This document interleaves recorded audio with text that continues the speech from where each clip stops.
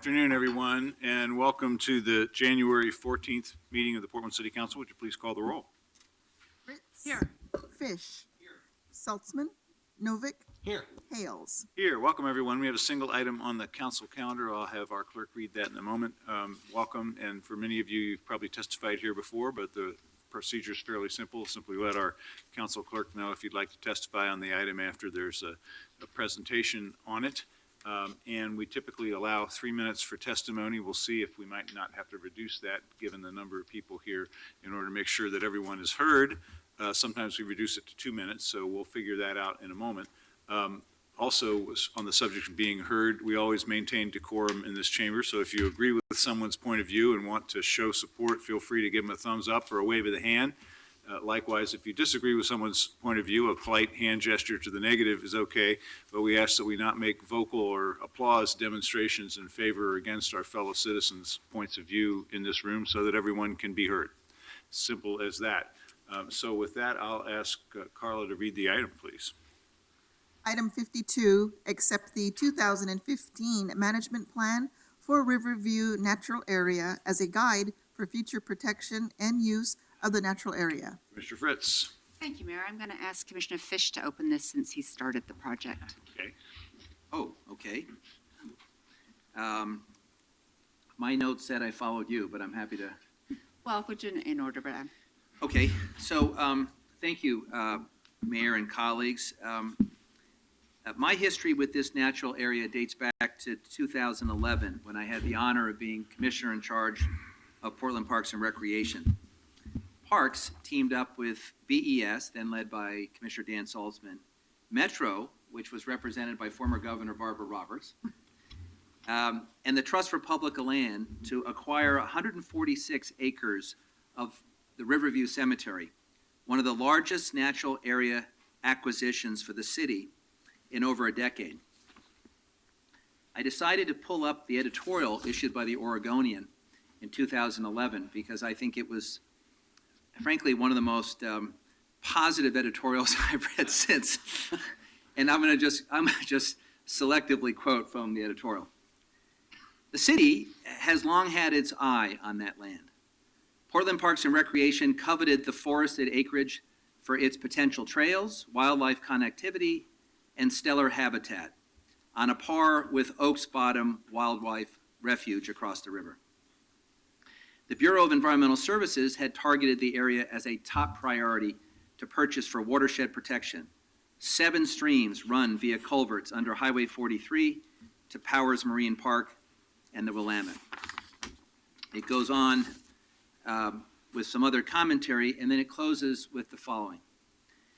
No matter how long the city commissioners' careers may be, few will make decisions with any longer lasting reverberations than this one. That was a proud moment for all of us when we were able to capture this vitally important natural area. And as I mentioned, the land, from the point of view of BES, was specifically acquired to protect water quality, habitat, and wildlife in the Willamette River watershed.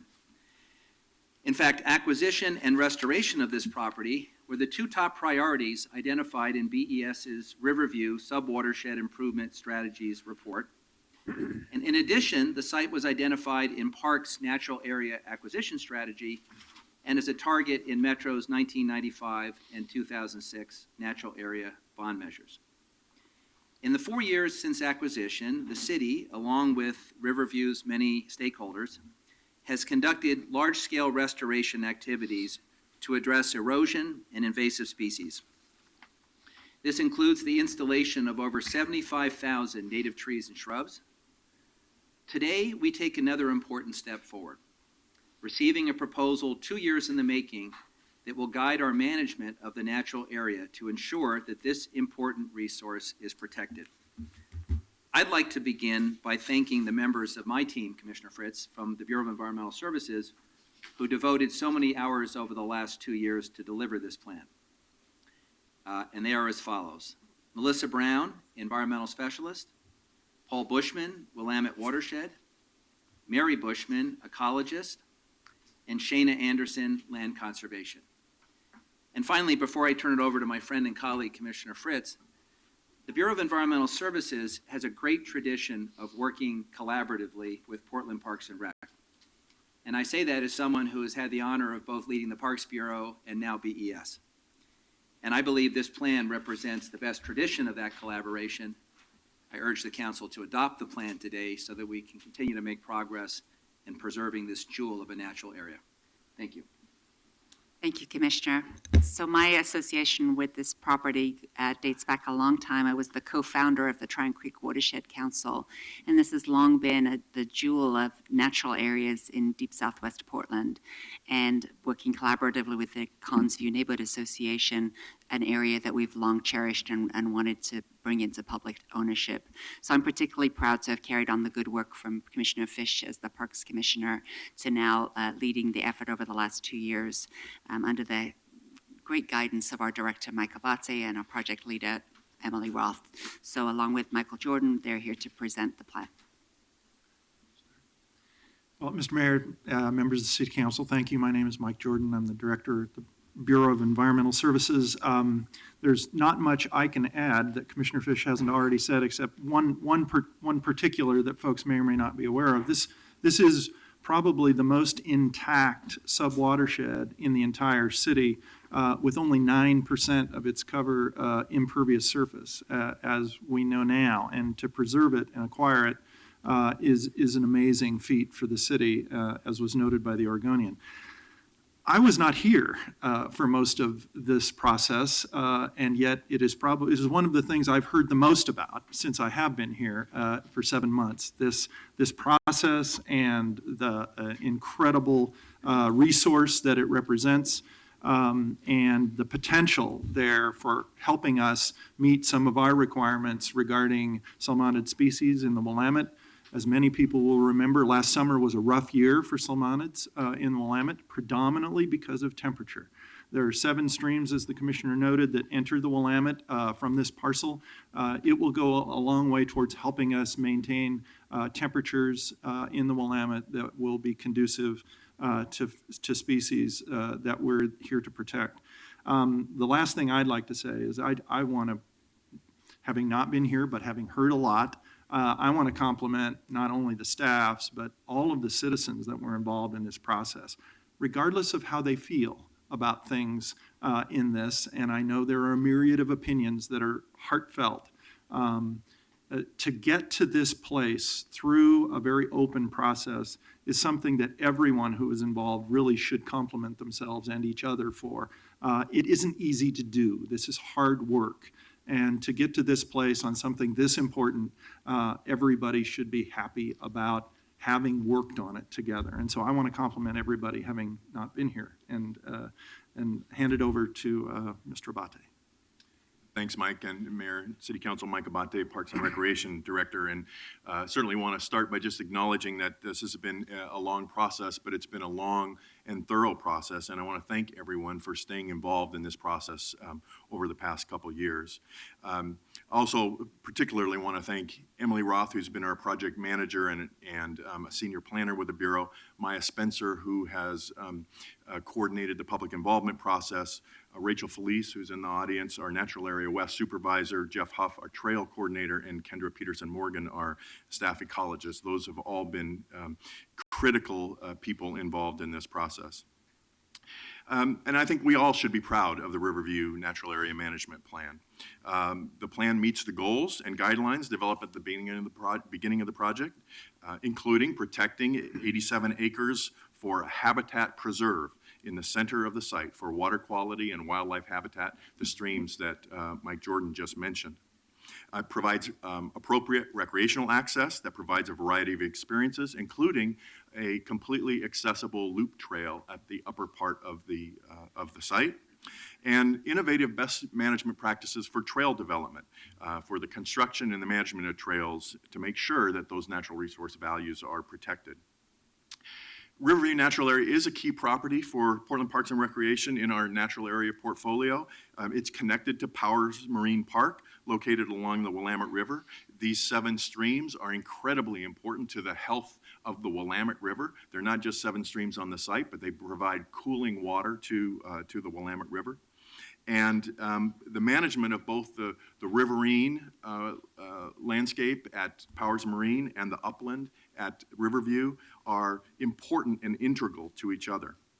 This plan will serve as a guiding document for the management of the site and allow Portland Parks and Recreation to seek funding for implementation.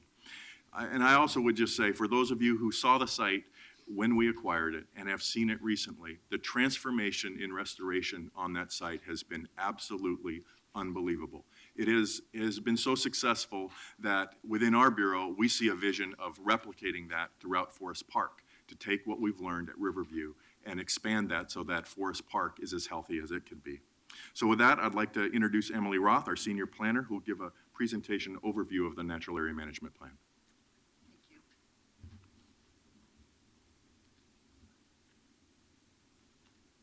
Good afternoon, Mayor Hales and City Commissioners.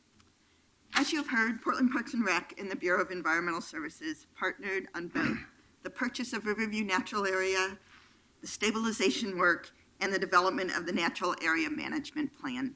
Riverview Natural Area has been touched by many hands since it was acquired: city staff, contractors, and the public. The property was acquired for watershed health, habitat preservation, and to provide public access compatible with natural resource protection. This 146-acre site is part of the West Side Wildlife Corridor and runs through the West Hills from Forest Park to Tryon Creek State Natural Area. It also connects to Powers Marine Park on the west side of the Willamette River, and through it across to Oaks Bottom Wildlife Refuge on the east side. As you've heard, it contains 7 streams, multiple wetlands, and it provides clean, cool water to the Willamette River for endangered fish. The interior forest provides habitat for greater than 45 species of birds. And just as Director Abate said, from purchase to present. We purchased the property in 2011 in partnership with Metro and the Trust for Public Lands. At the time of acquisition, the site was in poor ecological health. Invasive ivy and other weedy species covered the forest floor and smothered the trees. Elaborate tree forts, party spots, and campsites were interspersed throughout the forest. A spider web of informal trails crisscrossed the streams and steep hillsides. Today, when you visit the site, it is transformed. The tree ivy is dead. Native ferns, grasses, and other flowering plants are starting to cover the forest floor. Over 75,000 native trees and shrubs were planted and are growing. And many of the trails impacting water resources have been closed. And through our outreach to our neighbors at Riverview Cemetery and Lewis and Clark College, they are also removing invasive species on their adjacent properties. Unfortunately, there are still management issues. We have illegal camping, we have dogs off leash, dumping, and mountain biking, which is currently a restricted use.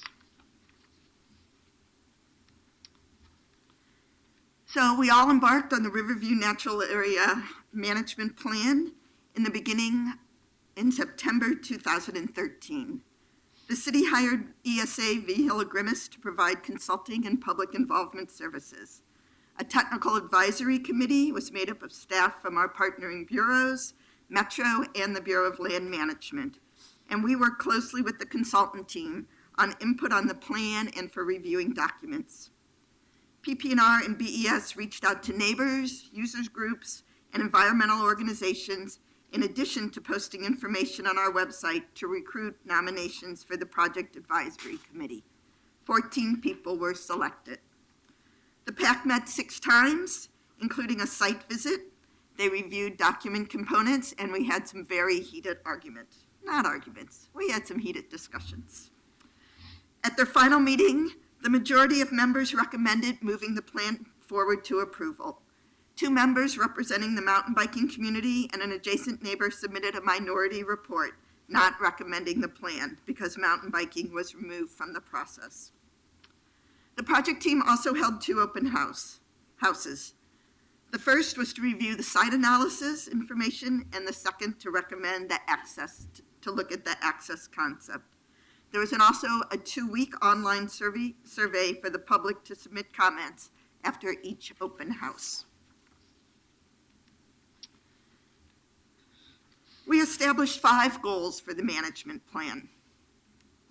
The first, to protect aquatic and terrestrial wildlife and their habitats.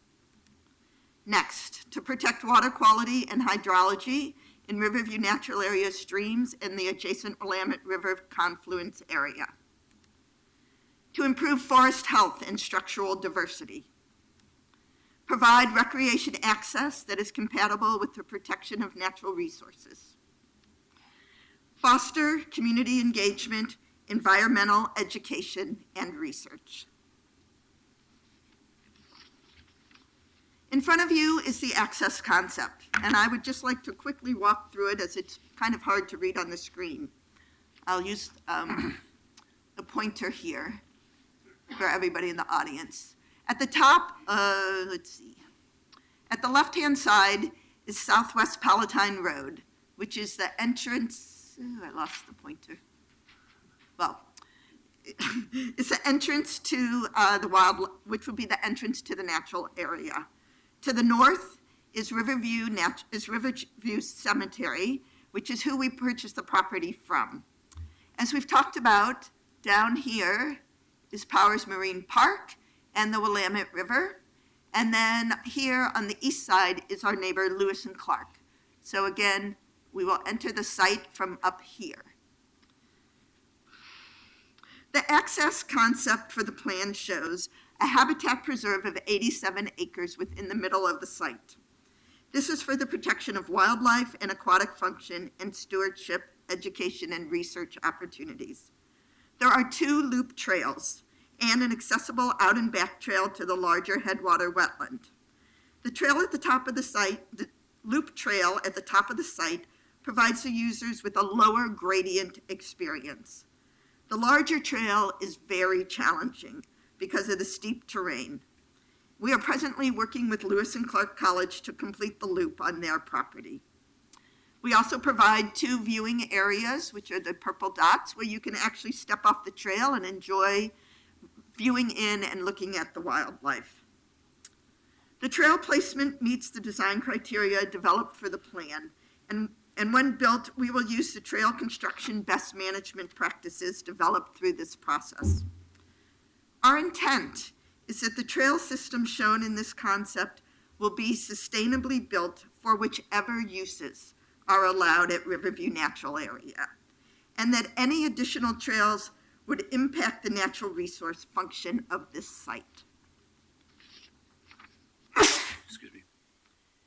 So And just for once- to clarify on that one, the trail, when it's done, the trail doesn't exist right now, right? That is correct. And when we do construct it, it will be constructed so it will be suitable for several Whatever different, uses are decided or appropriate. right, and potentially so that mountain bikes could use it as well as, but as hikers. Right. What we are saying is that this is the trail plan for whatever uses will be allowed, and we have put this trail plan together thoughtfully with the protection of natural resources, and that we are not intending to put additional trails into the natural area. Thank you for the clarification. We are actually proposing parking at Riverview Natural Area. We are proposing a half-street improvement in front of the site on Southwest Palatine Hill Road that will provide parking, stormwater treatment, and a sidewalk. Southwest Palatine Hill Road is shown in the Portland Bureau of Transportation bicycle plan as a shared bicycle automobile roadway.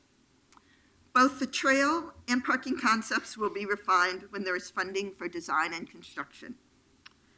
The construction estimate, not including soft costs such as design, permitting, and staff time, but including continued ecological enhancement and the access concept, is just over $5 million.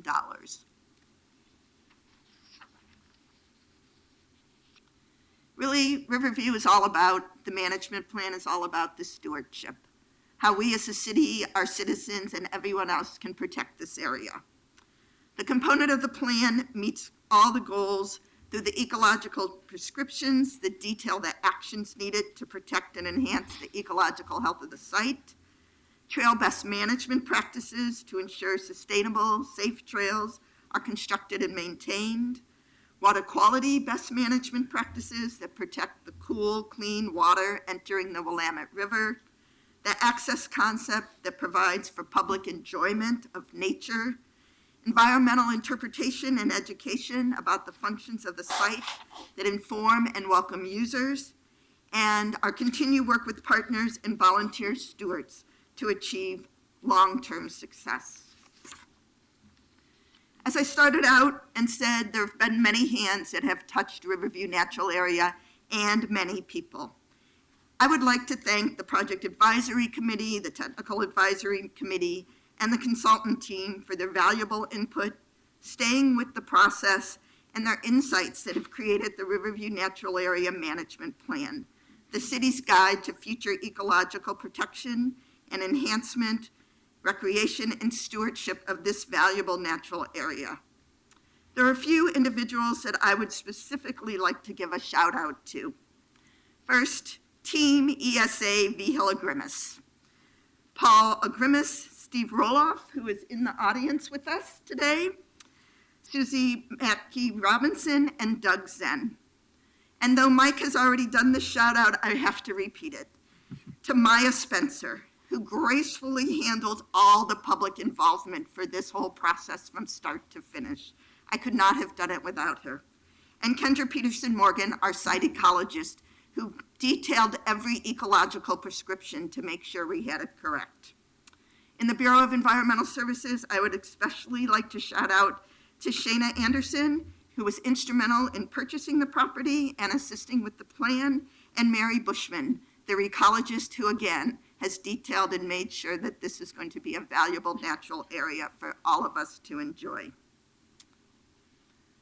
Are there any questions, comments? If not, I would like to introduce three members of the PAC who are going to come up today and talk to you about the process and the plan. Okay, questions from Just one clarifying question. Of the a little over 5 million estimated for the entire implementation, how much would the trail cost? We estimate the trail at about 1.5 million. The Half Street improvement is very expensive. Any other questions? If not, I'd like to invite members of the PAC. So I would like to invite three of our PAC members to come up to address council. Fran Laird, who's represented the Collinsview Neighborhood Association. Chris Sauter, who is a South Burlingame neighbor. And Tony Lindbow, who is with the Tryon Creek Watershed Council. Come on up, please.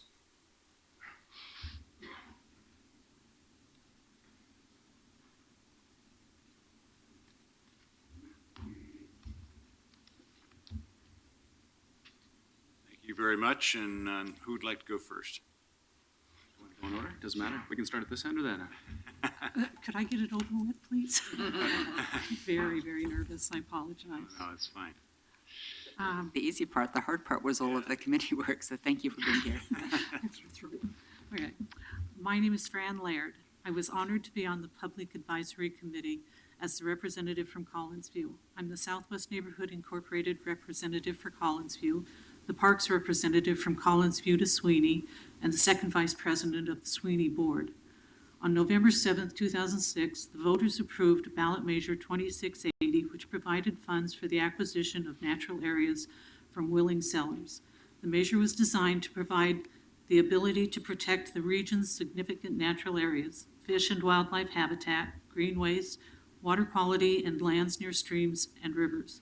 Riverview Natural Area is regionally significant because it provides protection for wildlife habitat and water quality, and is a connected waterfront corridor for wildlife and people, and a refuge and rearing habitat for salmonids.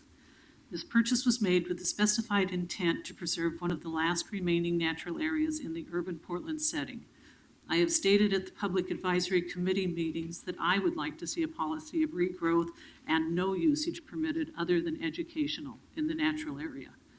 The infrared photo that I included presented at the May 15th, 2015 Public Advisory Committee meeting shows that there are very few sources of cold water feeding into the Willamette River, and Riverview Natural Area provides 3 of them.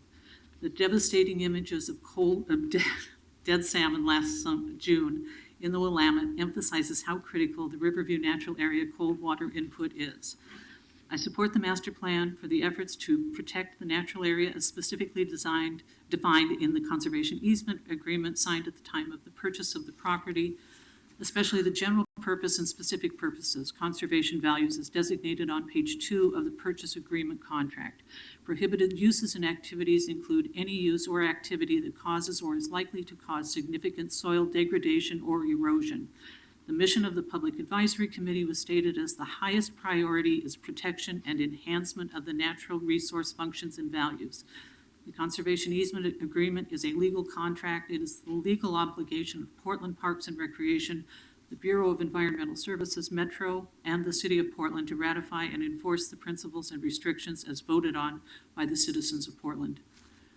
Thank you. Thank you. I apologize. Great. None needed. Thank you very much. Good afternoon. Good afternoon. I'm Chris Sauter. I'm one of the Riverview PAC members, and I'm a longtime neighbor of Riverview. I live in the South Burlingame neighborhood. I've regularly visited Riverview for the last 15 years as a cyclist, a hiker, a runner, a parent, and a dog walker. To cut to the chase, I'm one of the 3 people that wrote the minority report. I can't support the proposed plan in its current form. A little history of what I experienced as a PAC member. Initially, I was excited and nervous about the city acquiring this property. Would city management make things better or worse? As a cyclist, I was definitely fearful of loss of access based on Park's track record of excluding bikes from most trails in Portland. So when I had the opportunity to join the PAC and help shape Riverview's future, I jumped at the chance. In 2013 and 2014, we had a series of what I thought were very fruitful PAC meetings. The PAC members had a variety of viewpoints, and we had good, spirited discussions. I wouldn't have called them arguments. They were really good discussions about a range of topics. During the process, I honestly thought we were going somewhere. Then the meeting stopped for nearly a year in 2014. Around March 2nd, I think it was March 2nd, 2015, I received a call notifying me that bikes would be excluded from the plan effective March 16th, with just 2 weeks' notice. This was a shock to me for a few reasons. This wasn't really at all the direction that the PAC and TAC were headed. This was out of the blue, and the closure was quick, 2 weeks' notice. That's much quicker than anything else that has happened or I expect to happen at Riverview. The closure of Riverview to bikes was in conflict with some or most of the TAC and PAC findings, along with the majority opinions from the public input process. It's bad practice to ask for input, receive the input, and then proceed to ignore that input.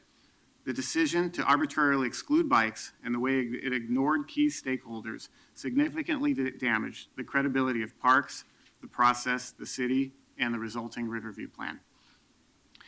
After that decision, the PAC, we can reconvene and we finish our job. The plan put forth to the PAC for recommendation excluded bikes and limited other recreation access to the site in conflict with some of the goals communicated to the PAC and the TAC. I can't support the proposed plan as is because it excludes the possibility of bike access, even though the facts show that there's little to no conflict between bikes and the environmental goals. The proposed trail routing skirts the perimeter of the property for a reduced user experience, even while failing to follow the guidelines for the buffer zone around the core habitat. Effectively, the proposed trail will degrade user enjoyment from that of the current unmanaged or beginning of the management trail system. The proposed plan also effectively reopens the property to illegal camping and partying in the interior core habitat. Over 80 acres, I just heard it was 87 acres, with no trails for maintenance, security, or access. In the past, camping and partying were both long-standing problems or long-standing uses in the property. Without eyes on the park, high-impact uses will again become a big problem. And fourth, the opaque process used to ignore the stakeholder input was unacceptable and I hope not representative of how we do things in this city. In conclusion, there's a lot of dedicated people who put in a lot of good effort to make this plan, and most of the plan is good. but the results were spoiled by a few key decisions, and because of this, I can't endorse the plan. Thank you. Thank you. Welcome. Good afternoon. Mr. Mayor, member of councils, thanks for letting me be here. My name's Toy Limbo. I live at 910 Southwest Maple Crest Drive in the Collins View neighborhood.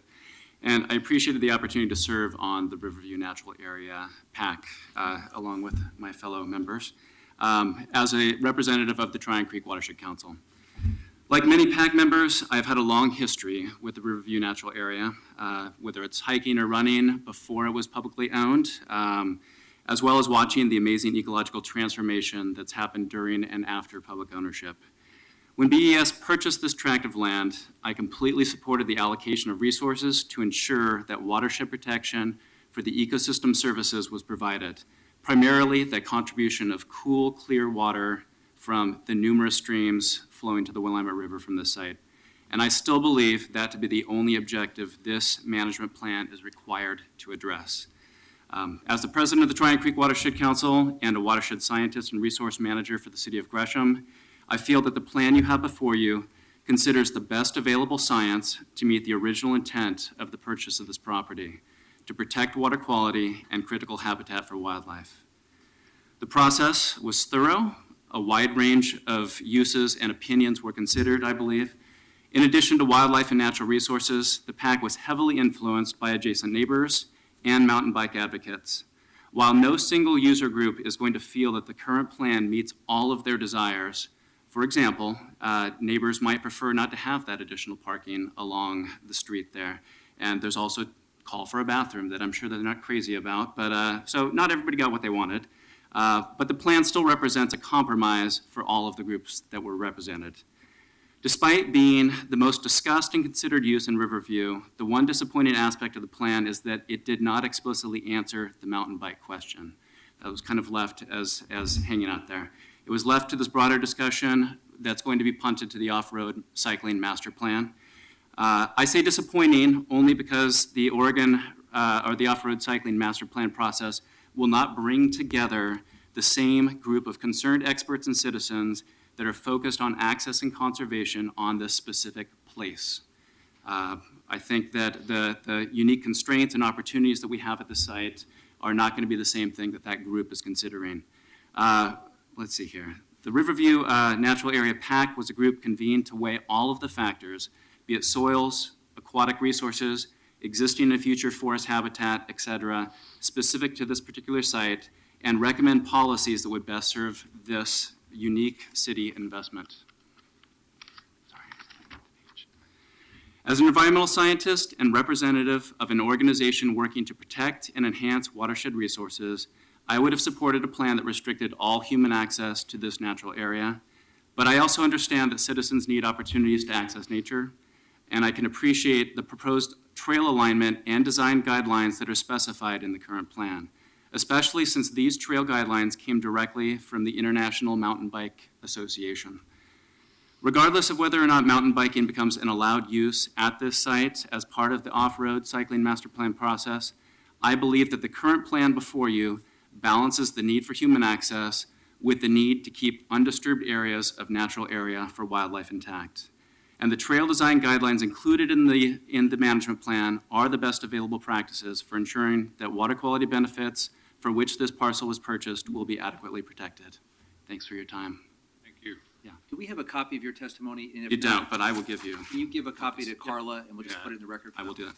Thank you very much. Thank you all for your service. Thank you very much.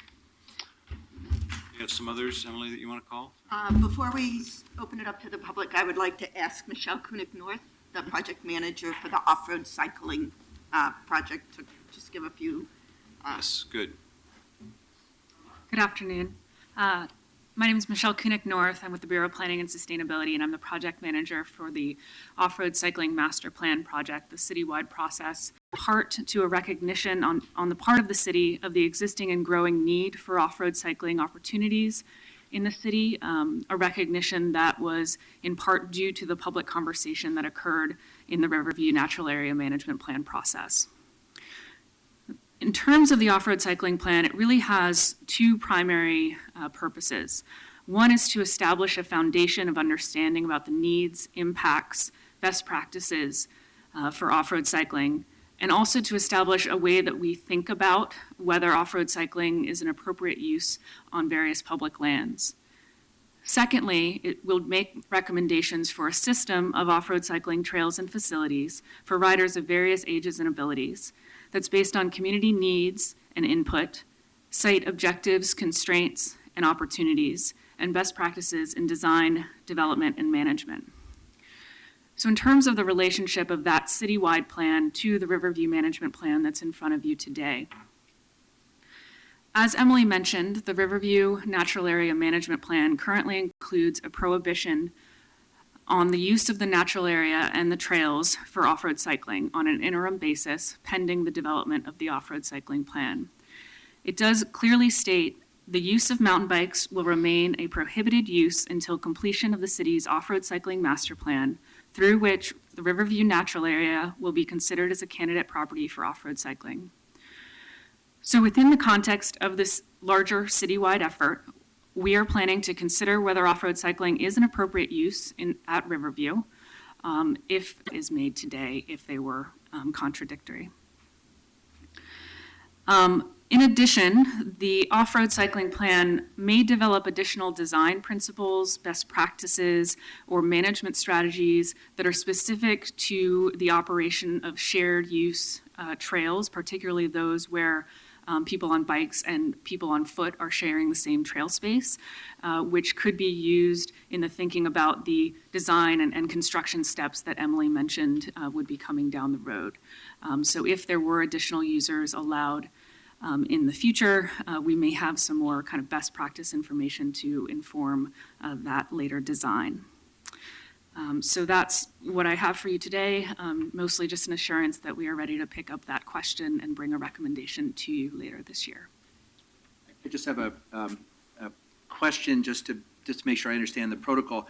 So when you say that the council action on any recommendation from the committee that you're leading would supersede, that's consistent with our normal practice, that Correct. a future council can modify a plan or whatever, and it in effect supersedes or modifies. So I understand that piece. I guess the assurance I'm looking for is that the Riverview Natural Area Management Plan will have a dynamic role in your committee's work in terms of evaluating that question. Sure. So we would be looking to, there's extensive technical analysis and other work that's been done as part of the Riverview Management Plan that we would want to kind of step forward from in the off-road cycling plan. And in addition, Tori was just up here.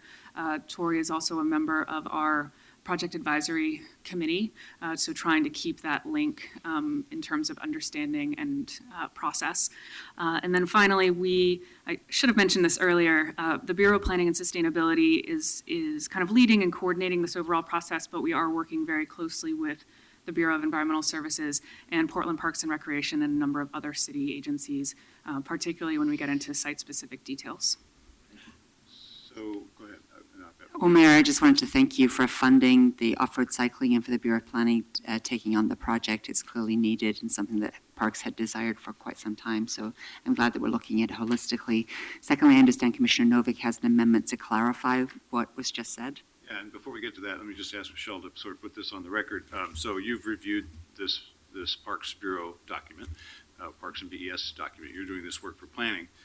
We've heard this description of both the failure to get to unanimity about the bicycling issue and about the, and we've heard a description about how the trail plan was configured. So going into your work, I mean, this sort of leading question, but I want to make sure we get this clear.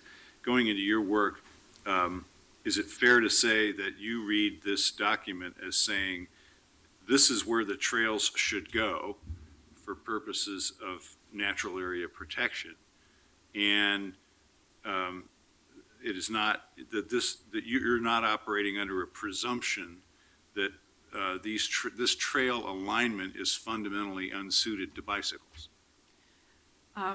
So we have scoped or are thinking about the question at Riverview as first a question of whether people on bikes should be allowed on the trail that is proposed in the trail and access concept. And then secondly, whether there are any specific design or management strategies that at the ground level might influence the design of that trail. So it might be things like passing areas so that people have enough room to get by, changes to the slope so that there's enough space for somebody to come to us, to slow down if they're riding a bike, but not to the overall alignment of the trail Basic itself. location of the trails Correct. and the fact that there aren't trails in the heart of the natural area, that basic architecture of the trail plan stands, right? And you're not intending to change that. That's how we've scoped the project currently, correct? Good, thank you. So, Commissioner Novick, you have a proposed amendment which we should get on the table before we take testimony? Exactly. That does reflect what Michelle just said. It would simply add to the be it resolved in the resolution, be it further resolved that City Council will make a final decision about whether mountain biking will be an allowed use in Riverview after the off-road cycling master plan process is complete. Second. Okay. Any discussion about that? Let's take a vote to accept the amendment, and then we'll take testimony. Fritz? Thank you for working with us on the clarification, Commissioner Novick and Mayor Hales, and also Michelle and the staff for their very clear presentation on this issue. Aye.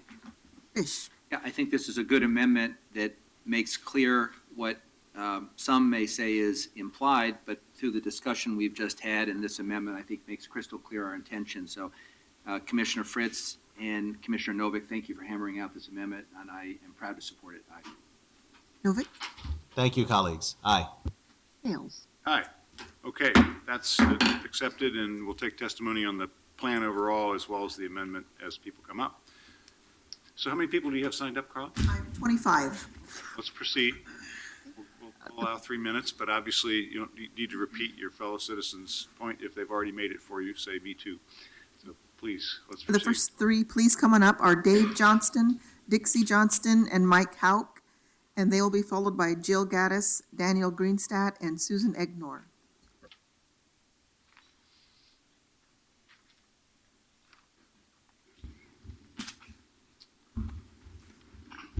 Good afternoon. Dave and Dixie get to be first. Just because Thank Mike you, Mayor. stepped out overnight to get to the first slide doesn't mean he goes first. That's right. Go ahead, please. Well, thank you, Mayor and councilors, and I'm Dave Johnston. I live across the street from the natural area on Palatine Hill Road, have for some 20 years, and am active in the Collinsview Neighborhood Association. I've followed this property as a chair of the association and land use chair for some 20 years or so, through many proposed land use developments, none of which would have done very well maintaining the site and its natural resources. So we were very happy when the city obtained this as a natural area, and support what Commissioner Fish said for the history of that and going forward. You should have before us the letter of January 11th, which sets forth much of what we wanted to say, and having listened to everybody, it's probably not necessary to repeat it all verbally, but to leave you with the letter. We were very happy to see the easement which the city gave to Metro to commemorate the conditions for which that land was purchased. And we note that that embodies the purposes of that land so well and is such a binding part of the title that it really should be mentioned in the management plan itself. We'd suggest the purpose paragraph, and also that it be appended as a numbered appendix. We see that the copy we have now has a copy of it just attached, but not really included in the table of contents. So we'd suggest that because it's such an important part of what that land is about. We had a few other suggestions there to complete the management plan and some of the appendix, such as the notes for some of the additional PAC meetings that don't seem to be included. So with that, we'd say it's wonderful to see that as part of our public domain and preserved naturally, and we'd encourage following that. And yes, I would support Commissioner Novik's and the bicycling plan. Not that I think bicycling as it has been proposed is necessarily appropriate in the Riverview Natural Area, but I'd certainly concede that it could be if done in accordance with the plan as presented by the park staff. So thank you, and I'll yield to the next testimony. Thank you. Please. Mayor Hales, Commissioners, Dixie Johnston here. I want to add to Dave's comments. These are my own personal comments. Dave and I have not only been active in the Neighborhood Association, but we have also been very active at Tryon Creek State Natural Area. Each of us has put in well over 1,000 volunteer hours at the natural area. We have taken and taught science classes there and still learning more with great joy. I want to let you know that we really think it's important to uphold the conservation easement with the attendant CCNRs, which come with the land and they are binding. And this should be the foundation for the management plan. They have not been discussed thoroughly in all the PAC meetings that we have attended or in the open houses, and yet it is so important that we pay attention. This is the law, and we would love to see a more understanding of where the law applies in this particular place. I also want to commend Commissioner Fritz and Commissioner Fish for their March 2nd letter. I think you captured the issues with the Riverview Natural Area and the operative words that begin with the words that we are exercising an abundance of caution and to protect the city's investment in RV&A. I think that's important. Think of the conservation easement and the CCNRs. The management plan is highly aspirational. It is very expensive, and it is amenable towards a higher and faster pace usage, argumentatively in violation, perhaps, of the conservation easement. There's going to be expensive land use reviews. The maintenance costs are going to be very high. If we follow through with this, I'm suggesting a very slow, gradual implementation of this plan. Think it through very, very carefully. I'm very concerned about the high expense. I'm not sure this is what the voters were expecting with the purchase of this land. I do see this land as being a continuation of the environmental, scientific, and educational, and the legal processes that have begun on this land. I would like to see it continue. We have, Lewis and Clark College has done a great job, so has Tryon Creek State Natural Area. The collaborative effort with the different city bureaus has been fantastic, and I would like to see this continued. Thank you. Thank you. Thank you both. Ms. Johnston, I'd just like to say it's refreshing to have an advocate urging us to go slowly on purchasing the implementation. There's many neighborhoods who've been waiting for decades because Parks doesn't have enough money. So it's good to know that you're not expecting us to implement it tomorrow. Thank you very much. Good afternoon. Good afternoon, Mayor Hales, Commissioners. My name is Mike Houck. I'm here representing the Urban Green Spaces Institute and urging you to immediately adopt the Riverview Natural Area Management Plan. Frankly, I was initially opposed to any public access to the site owing to its importance as a natural resource. However, after reading the plan, I've come to the conclusion that the plan as laid out in the text and the trail alignments adequately address my concerns regarding public access and protecting the ecological integrity of the site. And I'll just take a moment to repeat what I have in the past. You should be so proud of your staff in Parks and BES. There is no equal to the ecological knowledge and expertise that's represented on your staffs, and they've done a fabulous job in this document. The plan explicitly states that mountain biking is prohibited only until citywide off-road cycling master plan is completed. It does not preclude future consideration of mountain biking, as you just stated. There is no rationale for delaying adoption until the off-road cycling master plan is completed. as some may argue. While there may be a need for trail redesign, refinement, should cycling become a use, the network is laid out in the plan is sufficient to meet all future uses while protecting natural resources. Regardless of future recreational uses, including cycling, the trails should not be expanded beyond what is in this plan. I am a member, I was appointed to the Off-Road Cycling Master Plan Advisory Committee, and as far as I'm concerned, mountain biking will be on the table with regard to Riverview Natural Area. But I would urge you to adopt this plan because the reality is there is no way that I'm willing to consider mountain biking, or any other use for that matter, without a master plan in place. So it's totally illogical for anybody who would argue, don't adopt this now, let's do the off-road cycling plan, without having the master plan in place to guide the conversation during the off-road cycling plan process. There's nothing in here that precludes our considering mountain biking later, as you've indicated. So it's totally illogical not to adopt the plan today in that regard. Thank you very much. Thank you. Thank you very much. Okay, let's take the next, please. Are Jill Gaddis, Daniel Greenstadt, and Susan Egnor, and they'll be followed by Marianne Fitzgerald, Jim Diamond, and Denny Barnes.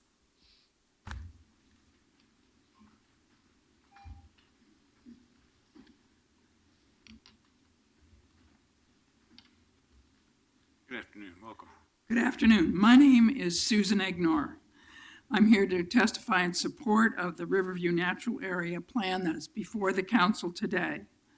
We live in an increasingly urban, paved, built environment. Once, our hillsides were covered with magnificent forests of towering trees. With the coming of settlers from the American East and Midwest, these hillsides were stripped bare of their protective forests. In a few rare places, the trees have come back to these hillsides because the hills were too steep for commercial development or for other reasons. Those of us who live in neighborhoods where some of the hills have been reforested, even though it's only been 100 years, are fortunate to have such natural areas close by. I live next to Terwilliger Parkway. Markham Nature Park is in my neighborhood. I have spent innumerable hours enjoying them and working in them. We benefit enormously from these second growth trees and the wildlife and streams they support. The management plan shows that the Riverview Natural Areas, trees, wildlife, streams, and views, preserved and neglected by the previous owner over the last 100 years or so, provide unique opportunities for this city to develop and preserve a natural area very close to downtown, an opportunity to provide cooling refuge to the fish challenged by a Willamette River, which, thanks to human activity, can be too warm for them, an opportunity to make a place more accessible to those for whom access can be a bar to enjoying our natural areas, an opportunity to allow the wildlife to move about in safety, an opportunity for our children and grandchildren to learn about the natural world and to treasure this place. Preparing such a management plan is a wide-ranging and comprehensive process, often challenging. I am grateful to those from the community, from the Bureau of Parks and Recreation and the Bureau of Environmental Services, who've spent hours gathering information, drafting, consulting, arguing, debating, and developing this plan. Such work is so often anonymous and vexing, and in this case, particularly challenging. Our city may not have the funds to do all that is, does that mean I should stop? You're fine. I keep going. All right, our city may not have the funds to do all that is called for in the management plan for many years to come. A great start has been made by Portland Park staffers and volunteers in beating back the choking invasive vines, replanting with a phenomenal number of native plants, and working to make the streams healthier for those that live in them and more stable in the face of sometimes challenging weather and other constraints. I urge the council to adopt this plan as it has been presented. Thank you very much. Welcome. Thank you. Thank you.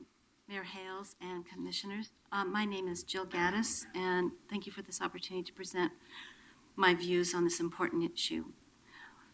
I am the chair of Friends of April Hill Park, and for the past 8 years, I have represented Maplewood Neighborhood Association at the Southwest Neighborhoods, Inc. Parks and Recreation Committee.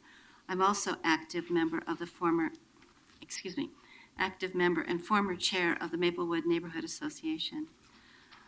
I'd like to express my support for the conservation easement, which clearly specifies the goals which BES and PP&R, as holders of the conservation easement, agree to and are legally bound for the management of Riverview Natural Area. Specifically, Exhibit C of the grantors prohibit uses and activities, which is item 4 on the conservation easement. I'm not going to read that section unless you want me to. When representatives of PP&R City Nature West took the Sweeney Parks and Recreation Committee on a tour of Riverview Natural Area, we saw firsthand the damage done by off-road bicyclists. We saw recreational trails built by bicyclists and flagrant trespasses on public lands. These involved removing vegetation, disturbing soils and the natural contours, causing serious damage in the form of erosion, degradation of habitat. The trails were clearly causing soil erosion and habitat destruction. These activities are clearly contrary to the goals of the conservation easement that PP&R is committed to. We submit that the recreational use of bicycles in the Riverview Natural Area, as in all natural areas, is destructive and contrary to the goals of the natural area conservation and the protection of ecological functions that are projected in the conservation easement. We urge you to insist that the goals of the conservation easement be honored and strictly carried out. Thank you. Ms. Gaddis, can I just clarify something? Yes. Because both you and Ms. Johnson referred to the conservation easement and the exhibits. On The conservation easement that was struck with Metro and BES and Right. Parks. And Ms. Johnson mentioned as well, and I just want to assure you that in the management plan itself, as Appendix E, the conservation easement is an exhibit to the document with the attachments that you referred to. So Ms. Johnson had referenced that. If you're looking, It is part of the I don't remember the bound page volume. number. And it is listed under Appendix E. So it's part of a self-contained document. Right, it's in your management plan. Yes. As and an it's an appendix. Right. Okay. Thank you for that clarification. Welcome. Hi, Mr. Mayor, Commissioners. Thank you. My name is Daniel Greenstadt.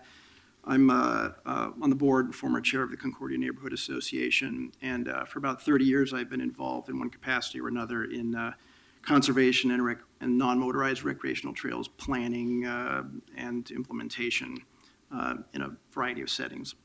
I don't have any prepared statement today, but I do want to react to a few things I've heard in the room today. We've heard a lot of praise for the RV&A project and process, and I think that's well-deserved. This is a great project. I think everybody can be very proud of what's happening and where we're headed. And we've heard a lot about the commitment and how productive the process has been. And that's very true, I think, with one glaring exception, and that has revolved around trails planning. At just about the time that it was being determined through the public process that bicycles were not a problem at Riverview, that public process was jettisoned, it was halted. Suddenly bicycles were excluded. As a result, bicycles have not been considered in this trails plan. We've heard that we're very close to hopefully the completion of the off-road cycling master plan. That's supposed to happen in 2016. Because cycling wasn't a consideration in the planning of the trails that are now in the RV&A master plan, that seems to be an obvious defect in the plan. We're so close to a conclusion, although it's just getting started, but the schedule is pretty ambitious. We're so close to conclusion in the off-road cycling master plan that I can't see any sense in cementing the trails element of the RV&A master plan now, when we're going to have so much more information in a relatively short amount of time. I could support the adoption of this master plan with the exception of the trails element.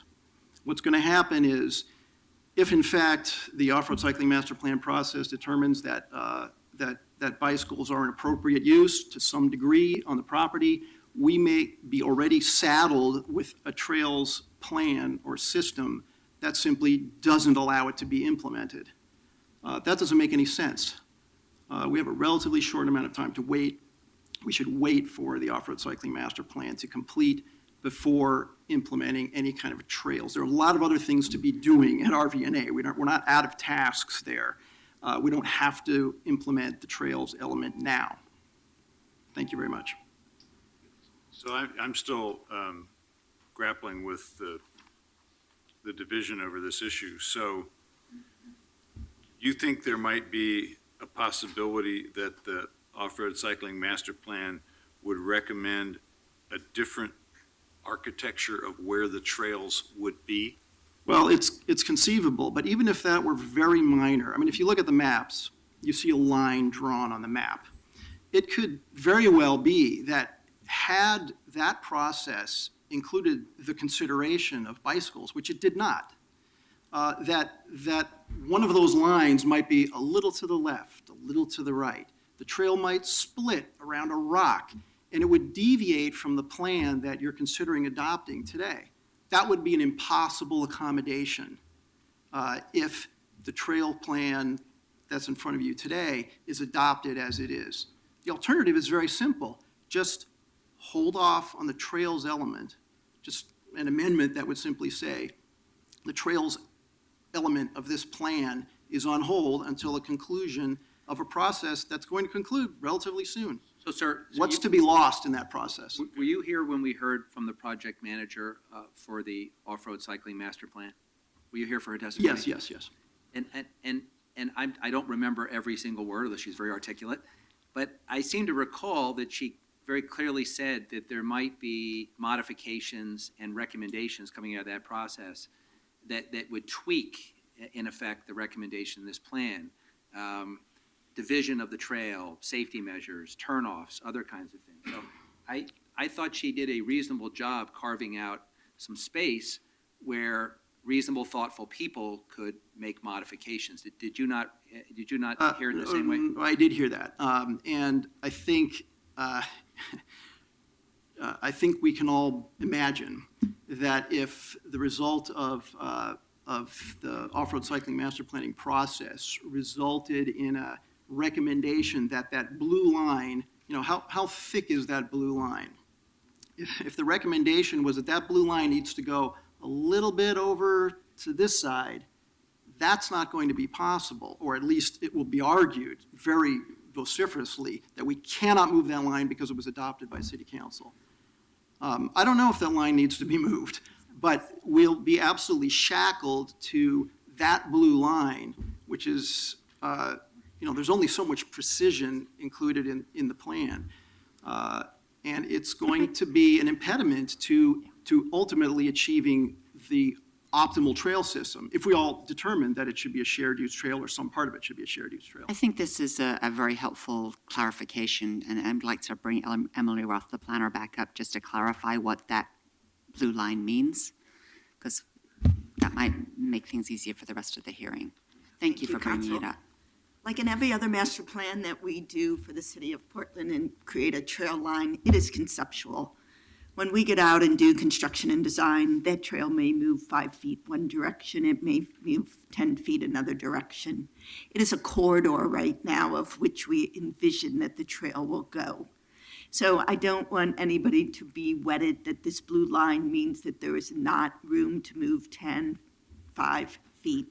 It will not move 50 feet, or it will not move 100 feet, but it certainly gives the guidance for Portland Parks and Rec for when we do design of where the trail should go.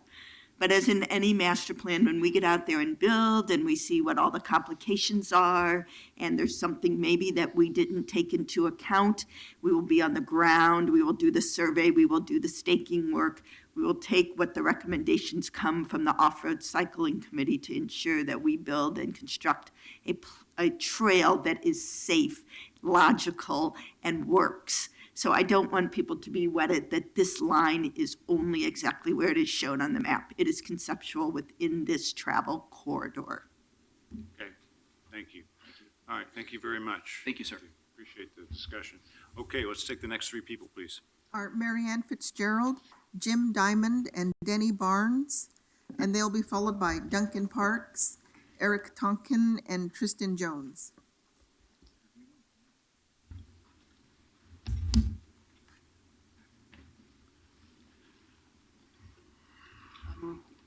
I should go. Good afternoon. My name is Marianne Fitzgerald, and I submitted testimony electronically, but I handed Carla copies for your convenience today. I'm here to express my support for the draft 2015 management plan for the Riverview Natural Area and urge you to affirm its acceptance today and allow that plan to guide the city's efforts to protect the habitat and ecosystem health of this fragile landscape. I worked for over 30 years as a natural resources specialist, and I understand the complexities and the challenges of implementing strategies intended to protect and improve environmental quality. Similar controversy has surrounded proposals to close logging roads that the U.S. Forest Service can't afford to maintain. The Riverview property was purchased with the intent of complying with the terms of the conservation easement, and I'm glad that you pointed out where that was because I wasn't prepared to provide copies of it. But I do want to draw your attention to language in the executive summary of the plan that, in my view, really describes how the plan before you today complies with that conservation easement. The primary management objectives for the trail system are protecting natural resources, water quality, and creating a safe place for visitors. Management recommendations include a no dogs policy and seasonal trail closures to maintain water quality and protect wildlife during sensitive periods of their cycle. Safe and sustainable access to Riverview Natural Area will provide nature-based recreational opportunities and will help support stewardship, community connections, and environmental education opportunities. So the natural resource protections for the Riverview Natural Area has been my major concern about this plan all along. I think that it's well covered in the plan, and I urge you to support these priorities and accept the plan today. Welcome. Good afternoon. Good afternoon. My name is Denny Barnes. I'm a chairman of the Collinsview Neighborhood Association Tree Committee and a fifth-generation Oregonian, Portland born and raised. And I just returned to Portland with my family a couple years ago after living in China for 25 years. So nobody appreciates how amazing our urban wilderness is than me. I just live a few blocks from the Riverview Natural Area. I too strongly support the Riverview Natural Area Management Plan and urge you to adopt it immediately. Sadly, my family's personal experience has been quite different from your vision. I hope you've all hiked in Riverview. The existing trails are rogue mountain bike trails that were built illegally when the property was owned and managed by the Riverview Cemetery. These trails are built deliberately for jumps and bumps and steep declines and high-speed turns. The dirt surfaces are deeply rutted and they channel muddy stormwater. I won't read my whole testimony for time interest. Now, some illegal mountain bikers there are actually quite polite, but a few of them are dangerously insensitive based on my family's experience. Meeting them on narrow trails can be what I guess we call single track trails, can be quite unpleasant. For example, my family is standing on a trail quietly observing a magnificent pileated woodpecker. Suddenly, bike comes charging down the trail, forces us off the trail, and the object of our joy flies away in terror. Wildlife observation is pretty hard in the presence of mountain bikers. I had one occasion where a bike rounding a turn forced my son off the trail, nearly hitting him. My wife, like an angry mother bear, charged after him. He fled in terror. And my wife shouted at me, "Never bring my son here again." And sadly, I haven't. Other stories are certainly available from other neighbors, some of them published in our neighborhood website, Nextdoor. There are many. I won't list them all. Some single women have asked me to accompany them hiking there because they feel afraid. One avid naturalist always hikes there with a large dog because of security concerns. Of course, large dogs are being banned even as unauthorized mountain bike continues unabated. I see I'm at the end of my time, so let me just emphasize the conservation easement. Let me read from the text. Permitted uses shall therefore include public access for nature-based recreation, and it's specific, such as hiking, nature watching, environmental education, and research, period. All right, thank you. Thank you very much. Thank you. Thanks. Okay, welcome. Mayor Hales, Commissioners, my name is Jim Diamond. I live on Southwest 2nd in Collinsview. I'm the chair of the Collinsview Neighborhood Association. In my other life, I'm a professor of chemistry at Linfield College, where I teach my students about global warming and climate change. And in that, with that hat on, I'd like to just say, I think personally that this kind of refuge will become increasingly valuable as we see the inevitable consequences of climate change. Now, I'd like to continue with my statement from the Neighborhood Association. You have received written copies of this, and I think you've probably got them somewhere electronically as well as in print. The Collinsview Neighborhood Association has supported the process through which the City of Portland Parks and Recreation has developed a management plan for Riverview Natural Area that's consistent with Metro's conservation easement. I apologize, you're going to hear this term many times, I think. And the goals and principles stated in the proposed plan for RVNA. It is our opinion that the language in this easement is extremely important in assessing any management plan for Riverview Natural Area. We in Collinsview thank the City of Portland for acquiring this natural area in its plan to rescue and preserve it. The plan is consistent with council-approved policies and strategy related to the protection of the West Side Wildlife Corridor, environmental protections, conservation efforts, and climate change. Collinsview Neighborhood Association strongly supports sustainable uses of RVNA that are consistent with the values stated in the conservation easement.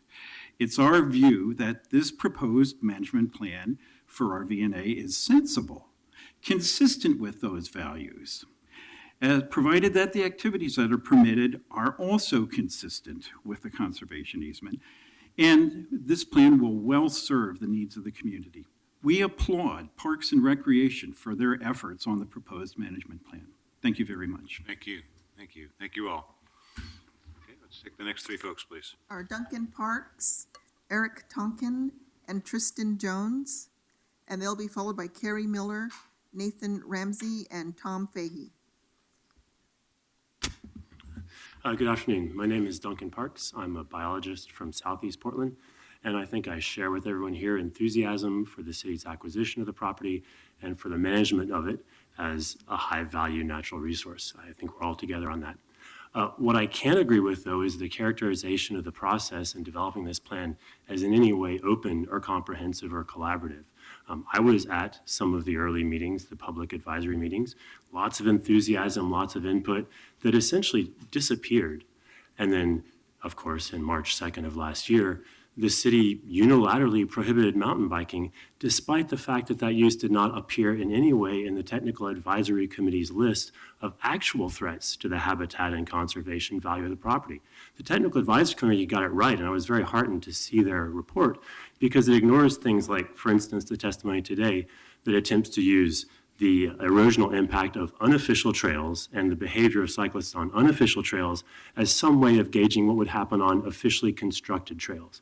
Again, there's no evidence, the city has never presented any actual rationale for banning mountain bikes, and the discussion was prohibited. Literally at the first Public Advisory Committee meeting after the ban on mountain bikes, not only was there not a justification or an explanation for the ban, the topic was literally not permitted to be discussed. So it's hard to see this as in any way some sort of open or public process. Again, I think I share a lot of values and goals with most of the people in this room. I also really enjoy taking my daughters out mountain biking. I had the immense pleasure of watching them challenge themselves in a human-powered activity out at Stubbs Stewart State Park on a trail that I actually had a small part in constructing. That was wonderful. But places like Stubbs Stewart are an hour away. You know, you have to get in your car and drive for an hour. A place like Riverview is a place we could conceivably ride to and enjoy sensibly constructed, durable trails, hopefully built by people like the mountain bike community that are really expert at building durable trails that don't erode. We've got lots of local examples. So I guess my point is that not only if you accept this plan do you continue to deny, say, my chance to take my daughters more often mountain biking in a place that's close to home that doesn't require a long drive, but you really tell them that, you know, that public process where every factor is actually evaluated according to science and according to evidence just doesn't really matter that much. If we don't like a use, we'll just pull it out and not discuss it. And that's really the way the process has been in terms of the way mountain bikes have been handled in the Riverview Natural Area Plan. Thank you. Thank you. Welcome. Good afternoon. Oh, please, folks. Folks, just give them a thumbs up, please. I know we're going to have agreement and disagreement, so show it non-verbally, please, or without applause. Welcome. Well, Mr. Parks just took all the cool things I was going to say, so I'll talk about something else here. My name is Eric Tonkin. I'm the owner of Selwood Cycle Repair, and I attended Lewis and Clark College from 93 to 96. Mr. Hawk said something very important. You should be, as a council, representatives of our city, managers of our staff, and I should add, elected officials who inspire the public to do good in the world. It's an important part of your job. You're right, Mike is right, you have succeeded, you have protected this piece of property. That is, I think, been done. I was really excited when my friend Emily Roth told me many years ago that the city was trying to buy it, failed, and was looking for another opportunity and then succeeded. What Mr. Hawk left out is that there is another part of this. It's the public, those of us who are on the other side of, looking at you in the face. We also spend our money and spend our time in these areas, and we do a lot of work, and we're possessive of it, and we use it, and we love it. It's a sense of place. Interestingly, on the last slide on Emily's presentation where it said thank you to everybody, I thought it was very telling because the photo in the background is of the very first work party that happened in Riverview after it was purchased. It was a work party that was co-sponsored by one entity, yours truly, my bike shop, and it was staffed by my staff and my partner, Rhonda, who's in the forefront of that photograph. Now, all we did was invasives removal there. It was in the winter. There was no mention of bikes. There didn't need to be. It was the right thing to do to care for that space. I think that as a user group, cyclists, walkers, dog walkers, we can all be trusted stewards of our places that provide recreation and, not recreation, just appreciating it for what it is. I think that adopting this plan as it sits right now, unfortunately, locks into place a trail plan. We just heard Emily say it could move 5 feet this way, 10 feet that way, not 50 feet, not 100 feet. I don't think we should be locked into that right now. I think that we've protected the property. I think we can wait the short period of time to consider it more fully for trails and for the use of the people. Thank you. Thank you. Welcome. My name is Tristan Jones. I'm an outdoor enthusiast and also really enjoy hiking, biking, and all kinds of forms of recreation in Riverview Natural Area. I think one commonality you're going to hear from a lot of the cyclists in this room is they don't feel like this public process worked very well from their perspective. And now we're going to accept a plan and put our faith that further public process is going to allow us a chance at access to Riverview Natural Area. And I think that that's where you're going to see a disconnect between cyclists and other users, because I feel as a mountain biker, if the city of Portland has any sincerity in considering bicycles in the Riverview Natural Area in the future, then we should not move forward with this plan. To approve this plan is to approve a plan that was developed with a broken public distrust. For bicycle access to genuinely be considered in the future of Riverview Natural Area, then the committee should be allowed to talk about the process that will leave a leg to the topic throughout the planning process. This was not the case. The subjects of bicycle access was systematically excluded from the planning process. Why? We all have our theories of why that happened, but the why doesn't even matter. The fact is, the plan matured without input from a large amount of public stakeholders. There's a very important concern about allowing public access into Riverview Natural Area, regardless of how people plan to enjoy. Part of the planning process is unethical. Moving forward with this plan would be unethical. We have an opportunity to do this right using progressive and modern that land, but to exclude and silence one specific group who has been eager since the purchase of land management techniques, planning, and public input. Mountain biking is rapidly growing in popularity, and trail access to bicycles is shrinking both in the urban and rural setting, due in part to a vocal and powerful minority. Cities around the world, from New Zealand to Minnesota, are making positive steps to address this. Communities get involved, tourists come and help the local economy, people of all ages engage in healthy activity in nature, and folks that don't have the means to drive an hour to experience the joy of riding a bike on dirt have that opportunity. So it might not be everybody's idea of good land use, but it is for a whole lot of people. And that's what the public process is for. If the city plans to address the shortage of mountain bike trails within the city with the off-road cycling master plan, let's do Riverview planning right. Let's allow the off-road master plan to do what it was intended to do. Let's create a plan using complete transparency and uncompromised public process. I urge you guys not to pass this plan as presented.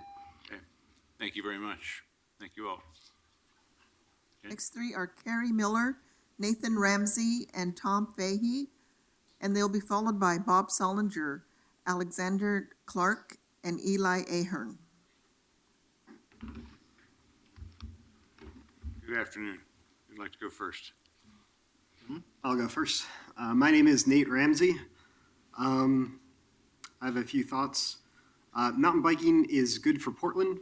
It keeps people healthy. It gets people outdoors, and it develops respect for natural areas. Portland is full of mountain bikers. It's a sport that's accessible to virtually anyone. As I understand it, the issue here is not about environmentalism.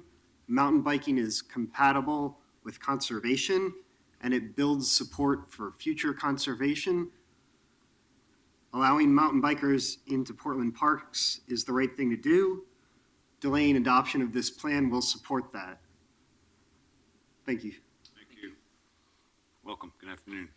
Hi, my name is Carrie Miller, and I I was also at that first work party that Eric Tonkin mentioned, and I thought it was great.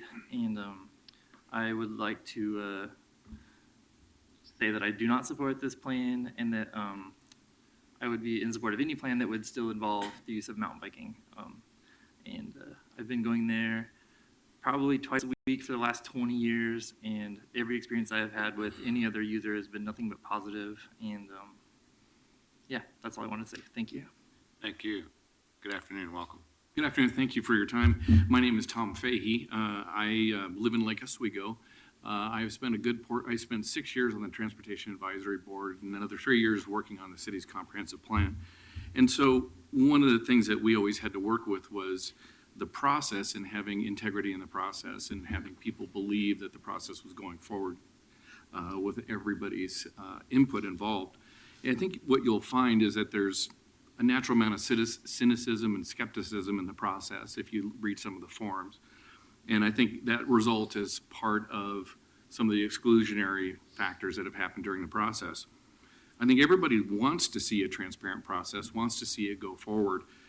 I believe in protecting the natural environment. And as a result of the completion of the off-road plan, that if it dictates that this is not appropriate use in that area, then I would gladly support it. But I highly suggest that we wait until that process is vetted and that it is completed so that we can take a look back. I have, for a long time, tried to convince my children to also get involved and to participate. I believe it's every citizen's responsibility to vote, to speak their voice so they don't allow the same number of voices speak for them. And the questions that they've asked me is, why do some of these things happen? And it's sometimes difficult to explain to them, and there's levels of politics that go on, but I still want to try and inspire them to get involved in whatever the process is that's out there. It's really important.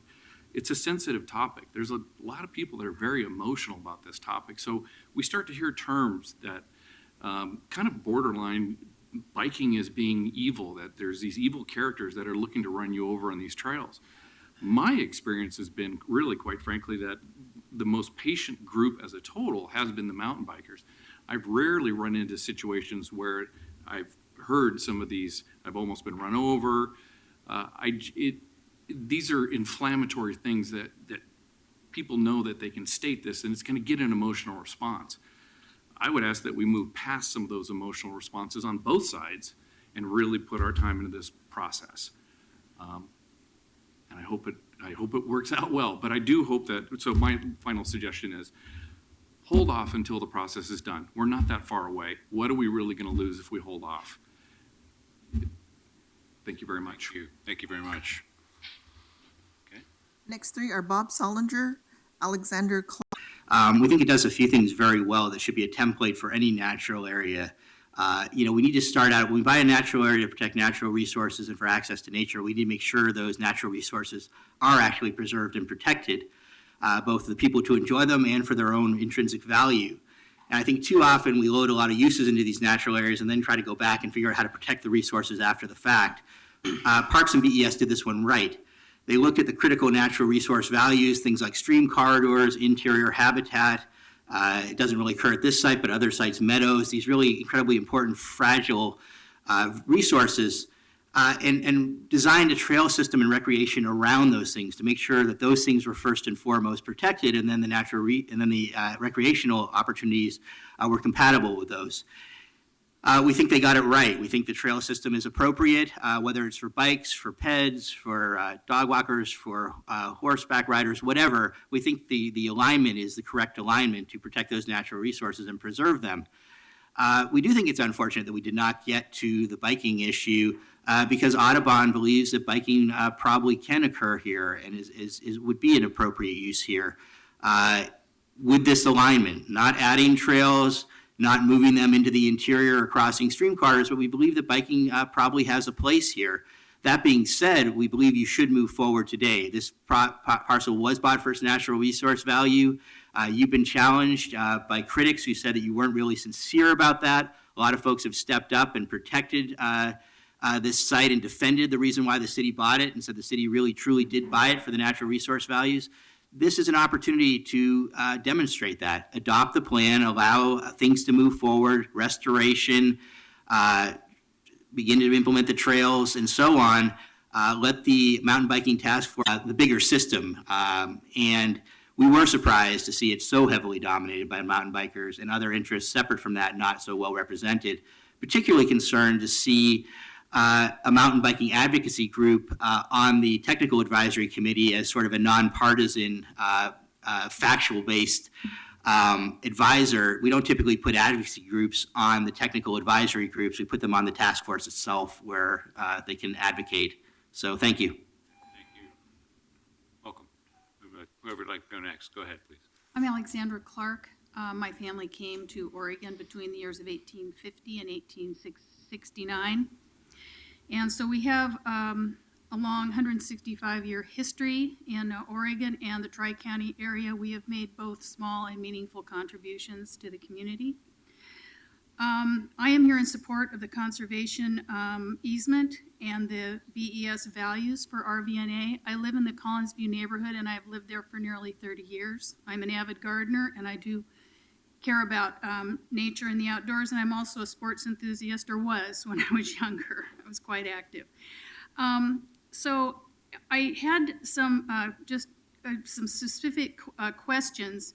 You have a 5% budget cut for next year in Parks and Rec? Okay. Not yet. Not yet, but you're discussing it. And one of those, a couple of those,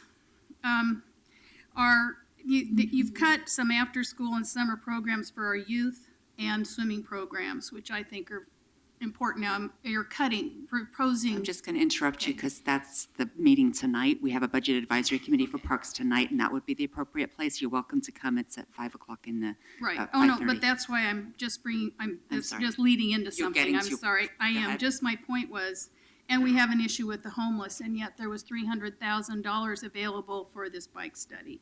So I'm kind of curious about that.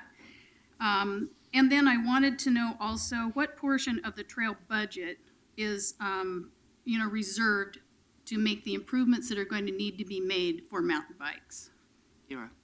That's- We don't have any money for any of the improvements. Yeah, Okay. Not funded Okay, yet. and that is all I have to say. Thank you very much. Thank you very much. Thank you, thank you. And I appreciate your comments about the park budget. You certainly are welcome to come to the budget meeting too. I went the other night. That's You've- why I have. You've done your civic duty today. Thank you. Thank you.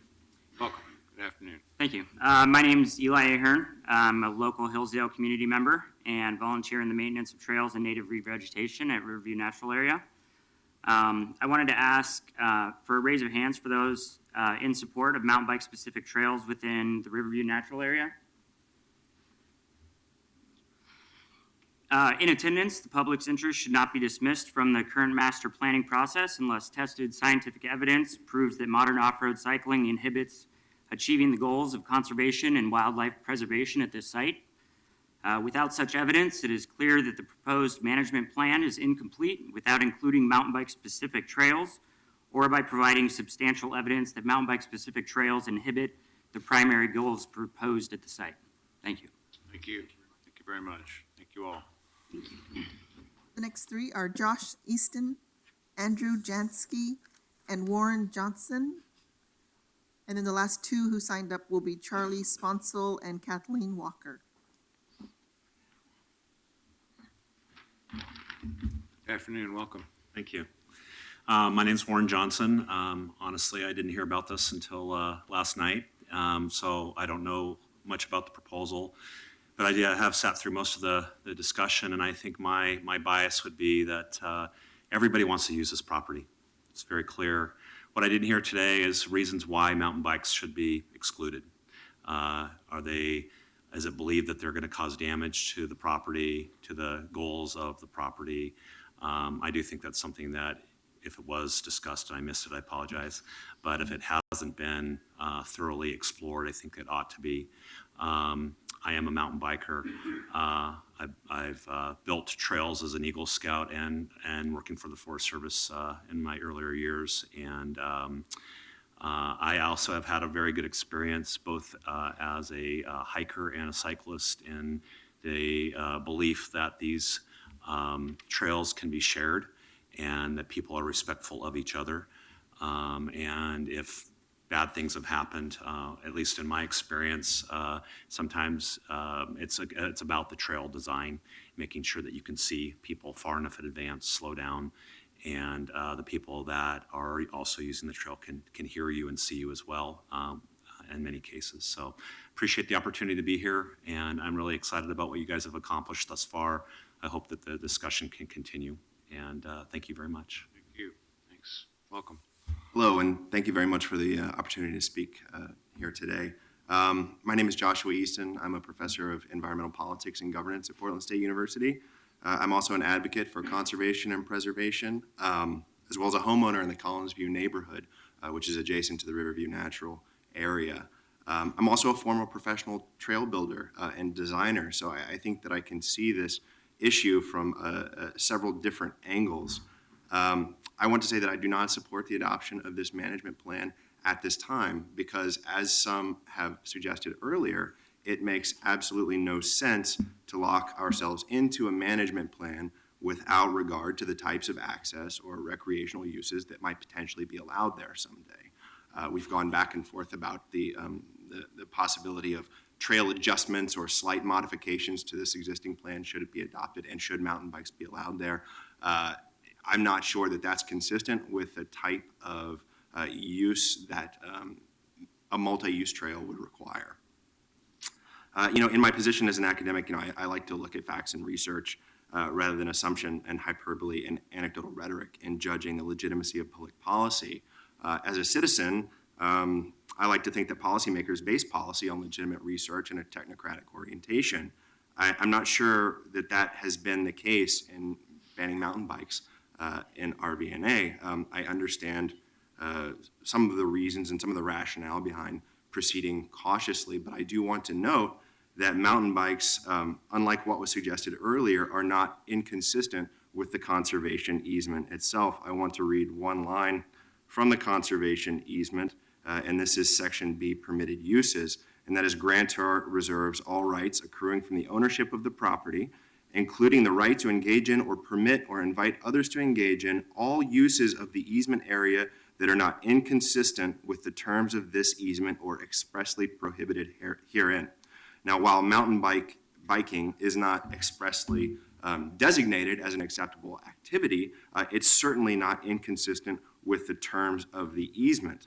And I base that assumption on the fact that there has been absolutely no research that I can find, and I have looked, connecting mountain biking to deteriorations in water temperature or quality, particularly when these activities are done on appropriately designed trails. Trails now are ad hoc and they're not appropriately designed, and so it's normal to expect some erosion to occur.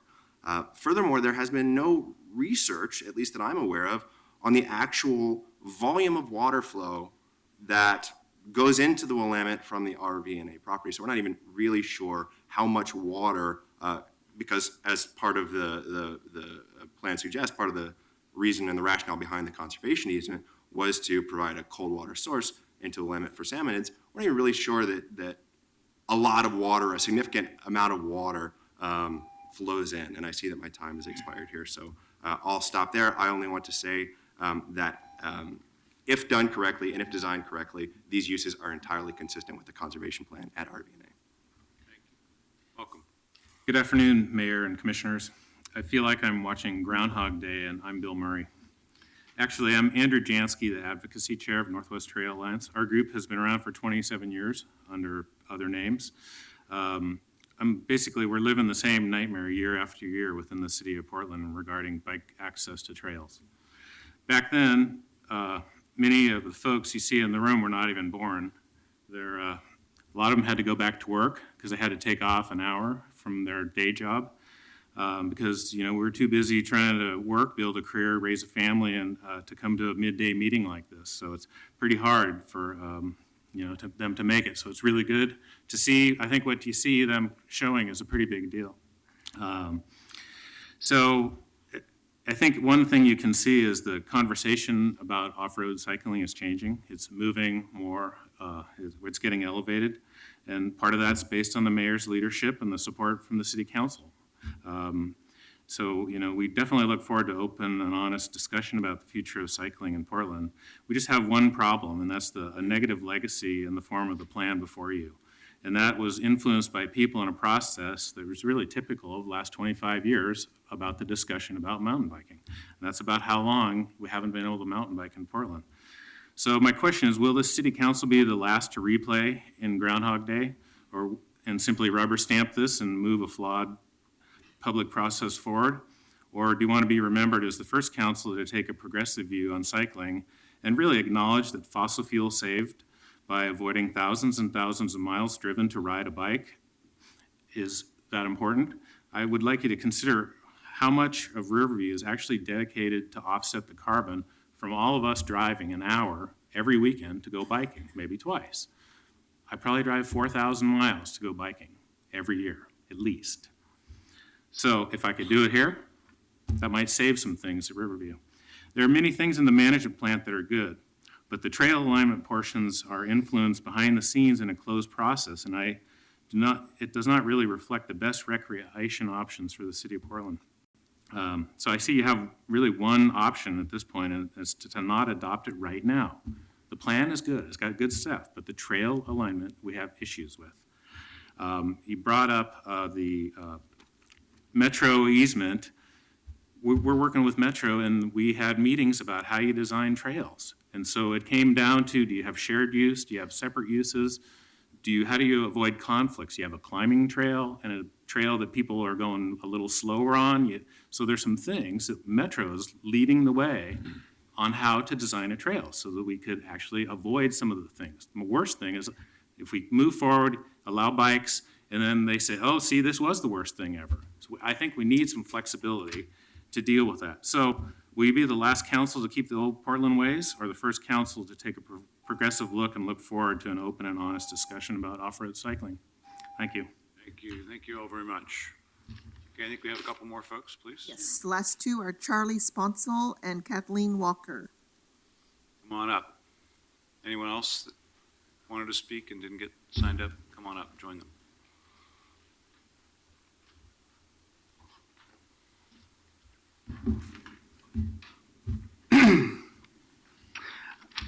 I'd like to recommend against adopting. Just put your name back in the record, too. Yeah.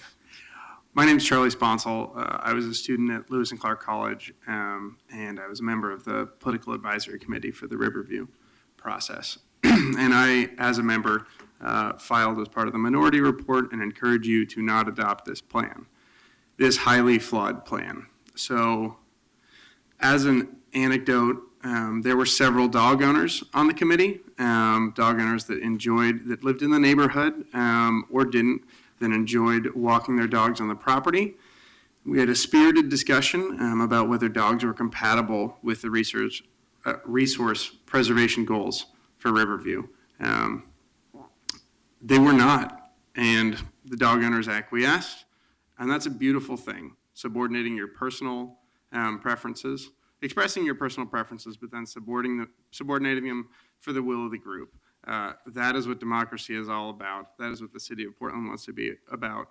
And they were based in research that was brought to us about dogs. That discussion did not happen for mountain biking. That discussion was actually banned. There was a spirited discussion taking place. The committee stopped meeting, and then when the committee began meeting again, Director Abate informed us that we could not discuss mountain biking on the committee. In between, during that 1 year break, mountain biking was no longer an approved use, and we still don't know why. When I asked the natural resource ecologist for Parks and Rec, she informed me that mountain bikes are not being accused of raising water temperatures, and we are not being accused of creating sediment in the stormwater runoff or in the creeks. We'll never know what the Riverview Natural Area Advisory Committee thinks about mountain biking because we weren't allowed to have that discussion. Emily bought a beautiful cake. It was really nice. It looked just like Riverview, and the cake has already been cut. We've eaten it. That group will never convene again. We will never have the opportunity to discuss the merits of mountain biking, the finer points of trail planning or management between multiple user groups. What if the Off-Road Advisory Committee suggests that mountain bikes should not be included on the same trails as hikers? They should have separate trail networks. Well, that's obviously not possible given the trail alignment at Riverview. That could have been possible if that were part of the discussion that we had, but that can't happen.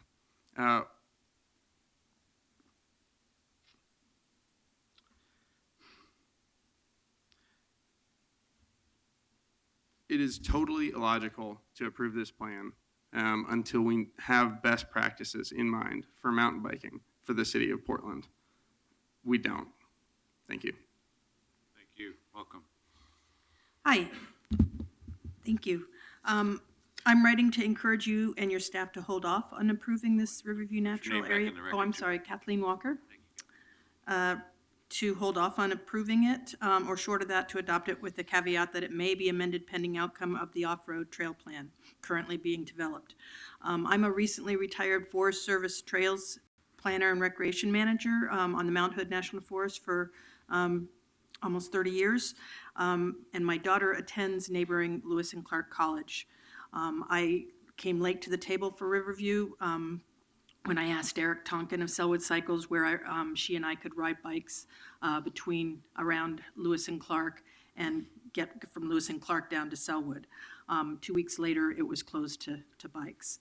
I read the conservation easement that went along with this. Oh, back up a little bit. I'm also 30-year long-term friends with Kate Holleran that was on the committee and works for Metro as a natural resource planner. So I was able to kind of talk to her a little bit about some of the background.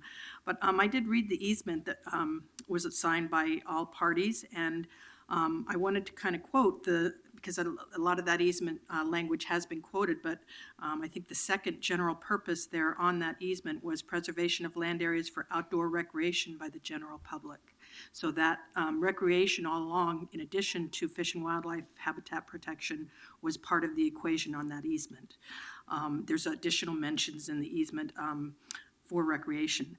So the parcel was purchased also with Parks and Recreation funds and got an Oregon State Recreation Trails Program grant to develop the area for recreational trails. So I think there is some latitude there to emphasize allowing mountain bikes there. According to the data collected, the primary recreational use of that land was mountain bikers. I'm the first to admit that the trails that were out there were steep, unsustainable, had no bridges over streams, and were a problem. There have been adverse resource impacts as a result of the unmanaged and undesigned use. However, there are many skilled trail planners as well as willing mountain bike partners such as Northwest Trail Alliance who are willing to design, construct, maintain, and patrol mountain bike trails within the Riverview Natural Area. These trails can be co-located with hiking and roaming paths to address user conflicts while protecting core habitat and riparian areas for wildlife. These trails could remove little to no vegetation and maintain the canopy cover and the stream temperatures. The mountain bike trails can be sloped for drainage, hardened with packed gravel if necessary, and maintained in a sustainable manner. Groups like the NWTA have providing good examples in Stubbs Stewart and Sandy Ridge that are 30 miles to the east and west here. We really need this area closer to town, though. So my 30 years of experience in managing national forest lands with user conflicts and important resources helps me understand your predicament here.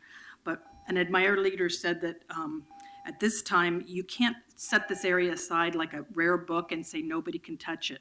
You really need users to come with you and help you maintain and manage it and patrol this area to keep out the homeless camps, the dumps, and things like that. So I really encourage you to consider getting the mountain bikers involved in doing the trail design. Your trails plan is very conceptual, and it's not specific to the trail design standards for mountain bikes. And so it's not going to work. I mean, anything that looks like a corkscrew, which is what it looks like on that plan, isn't really going to work well for mountain bikes. So I can understand setting aside certain zones for people and access, but I really want to see the mountain bikers involved in the more specific trails development plan. And it's going to be more than a 5 or 10 foot realignment. It's going to be something a little bit bigger, and you need to have that flexibility to make the changes and make that plan work for mountain bikers. Thank you. Thank you. Thank you very much. Okay, anyone else? So maybe we can have some staff back up and address questions. Michelle, maybe you too. So Mike, just get you to reflect a little bit. You know, it's frankly, it's distressing that we've got this impasse. That you got a very capable, open-minded parks director, works well with the community, got an exceptional planner doing this project, and yet we ended up at this juncture. What do we learn from this, and where do we go from here? Well, Mr. Mayor, I believe that one of the lessons we've learned is there's a great demand for appropriate mountain biking in our city, and we have very few facilities. And I think that's what led you and the council to support doing a citywide look at mountain biking. Somebody mentioned, you know, Stubb Stewart and Sandy Ridge, 30 miles either side of Portland. There are very few, there are virtually no facilities for mountain bikes in the city, in our recreation portfolio. We're talking about Gateway Green and other facilities, but it's certainly a recreation need that we're not meeting currently. So you think it's that frustration that is the heart of this, that we just aren't there? Absolutely. I mean, there was testimony that people have been asking for these kind of facilities for 20 years. And other places have been proposed, and on a site-by-site basis, there are reasons in the moment to say not here. And so that's why I think looking citywide is the appropriate response. So what will be the effect in a practical way of adopting the management plan now, and then when Michelle completes her work, revisiting the question of trail location? Well, one thing, mountain biking is not one specific type of activity. You've heard testimony from people that you might say are more on the recreational side. You've heard testimony from people who are active competitors in mountain, who have incredibly world-class skills. It's like walking or hiking. Our system ought to have a spectrum of facilities, but in general, our recreation facilities cater to the beginner and the intermediate. We don't have super advanced recreation programs, for example. We let clubs take that over. So I think in terms of what the net effect would be, the alignment, I think we have absolute support for the fact that it protects the interior habitat and still provides two different recreational experiences. This is not appropriate for an expert level mountain biking facility. If the council at some date in the future wants to allow mountain biking here, that alignment, realize that it does have switchbacks, is not going to provide a certain kind of mountain biking experience. But like Leif Erikson in Forest Park does, we have opportunities for people to ride bikes in nature. And so it may not be the highly competitive place, but if council in the future decided they wanted to do that at Riverview using that alignment, it could be done using that alignment. I think if you go back to considering other alignments, then I think that would be a very difficult situation because of all the work that's been done to demonstrate that the alignment as it's shown in the plan is the most supportable place to balance the competing values. Emily, you have some other comments that you? Well, I'd just like to point out that we also developed some design criteria for the plan that is on page 28 and 29 and 30. And it really sets the vision for what Riverview Natural Area is about. And it's based on our goals of protecting and enhance watershed health of the site, to protect the natural resources. And it talks to trail design, where we are going to create loops, avoid dead ends, use best management practices, provide opportunities for people of a variety of modes, if approved, or through the off-road cycling plan, of really to enjoy nature of which the site was originally purchased and preserved. I also want to stress that the plan, that the line that is shown on the map, we set for the plan and we instructed the consultants that the trail should be on the outer 300-foot edge of the property. Of course, the loop at the top is not, because we wanted to provide an experience for people, a less challenging experience, so that if you had your kids and other things that you wanted to come and practice some mountain biking, they would have that up, or walking, or whatever, that opportunity. I think what really has to be said is when we go into design and construction, this is a concept that we are trying to do. We may not have all those switchbacks. We may not, it may not be exactly where it's located, but it will be within the outer 300 feet of the property, except where we can't make a turn or something like that. So I want to stress that, it's not necessary, it's the design criteria that which we gave the consultant to work on is protect the natural resources and put the trail in the outer 300-foot corridor of the property.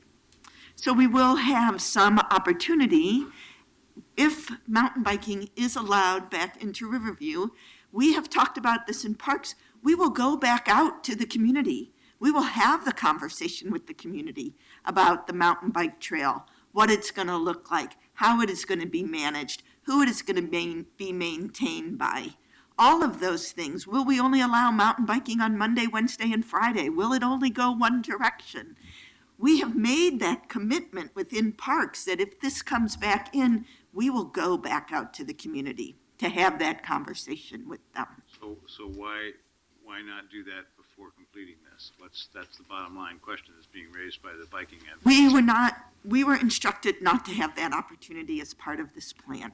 So I just want to, It's taken us 2 years to get here, even with that. I mean, I think the important piece that Emily just pointed out is about that the trail will be in the outer 300 feet. Right. And let's be clear here, we're not saying everybody else can go down to the river and into the central natural area and only mountain bikers cannot. What this plan does is says that nobody is going to be going into the most sensitive areas.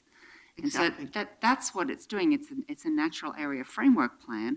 I want to just assure my colleagues, or something that I've learned recently, we accept master plans and that by resolution, and then when we if ever we get the money to implement them, which can sometimes be 20 years, we look at that master plan. We do sometimes reconvene the committee and ask them for ongoing advice.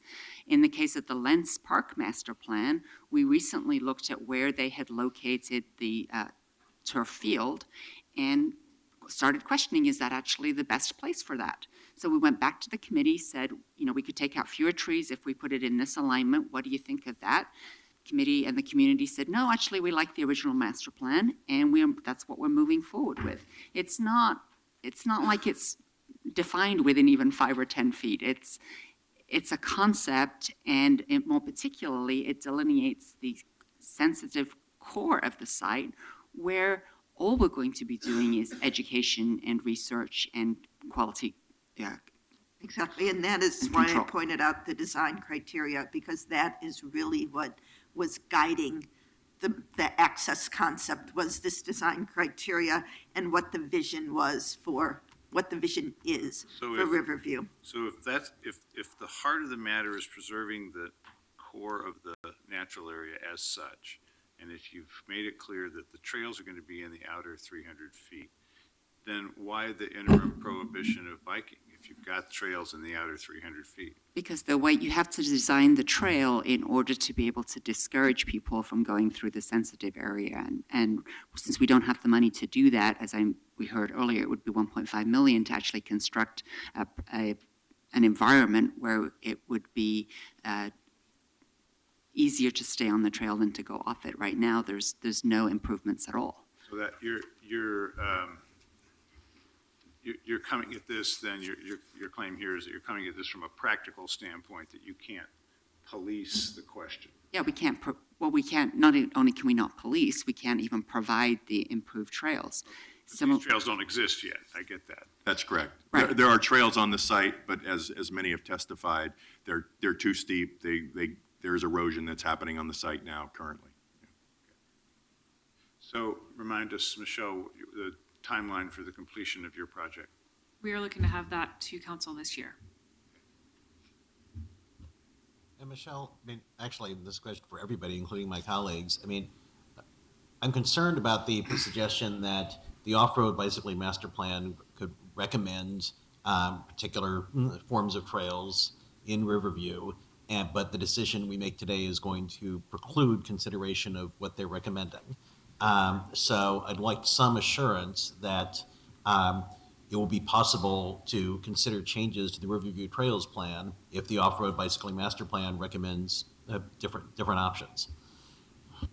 Well, yes, Commissioner, that's what your amendment makes abundantly clear. Right. And we can always amend master plans. But based on what Director Abate said, it sounded like, well, we are precluding certain forms of mountain biking. The alignment we're recommending is locked in stone, and that's not going to change.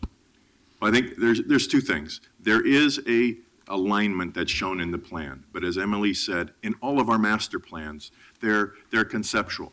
The reason they're switchbacks is because we ask the consultants to minimize the slope on the trail to minimize erosion. So that is happening. Our responsibility when we go from a master plan to construction drawings is it consistent with the master plan? If there's big deviations, as the commissioner said, where we're considering big deviations, we go back to the group who advised the master planning process. But we're doing this. A good example is the Gateway Plaza and Park. We're currently designing that now, and it's changed a little bit. The play area is a little bit different, a little bit bigger, but it's consistent with the master plan. And that's our pledge to the council, is to make sure that we deliver projects that are consistent with the master plan. Commissioner Novick, this is not a perfect analogy, but we adopt every 20 years a comprehensive plan. And we often have hearings in this body where there are competing, sometimes complementary, but often competing values that we have to reconcile. The ultimate arbiter of how we reconcile competing values is the council action. And what your amendment ensures is that the work product of a separate committee and recommendations come back to the council for discussion and debate, and the council, as I read the charter, has the final say on that. And as this amendment says. And I think the best example is how we deal with land use matters, where there's competing values. And here there are genuinely competing values. And I think one of the benefits of the plan is it identifies kind of a hierarchy, and it points out that there's some places within this natural area, which I will remind people were purchased in part with ratepayer dollars because of a particular purpose. And we have to be very careful when we use ratepayer dollars, because we're not in the mountain biking business, we're not in the recreation business, we're not in the courts remind us we're not in lots of businesses. We are in the water quality business. We are in the watershed preservation business. We are in the natural area resource business. That's a great service that this has done, which I think, Mayor, you used the word impasse earlier. I regret you did so, because I think there's a broad consensus here about the value of protecting the natural area pieces. The question is, how can we harmonize a perfectly legitimate claim of a responsible user group within that context? That is our challenge. And by taking up a holistic view, which we funded in terms of a citywide planning process, we've committed to welcoming our friends, the mountain bikers. As I said, and I still have the scars to prove it, when we worked through a similar discussion in Forest Park that didn't go as far as I had hoped, there's some precedence for this. Once upon a time, there were people who frowned on skateboarders and said, how does that fit within our system? Now we're very proud that we have dedicated skateboard parks, and we have more to fill out. There are lots of uses that over time have evolved. The question isn't whether we're pro or con. That's an ideological construct, and I reject it. The question is, how do we harmonize, where and under what circumstances? And that, Mayor Hales, is the same criteria that you've applied on this council in 25 years. It does not prejudice one group against another, but I would maintain, particularly since as the commissioner in charge of the utility that has to be particularly careful about how we use ratepayer dollars, the harmonizing of any recreational activity, hiking, walking, running, using your dogs, riding a bike, in a sensitive natural area, particularly when it's been acquired with ratepayer dollars, has to be those lines have to be very carefully drawn. I think the management plan has done a laudable job, but Commissioner Novick's amendment ensures that the council has a robust discussion if we get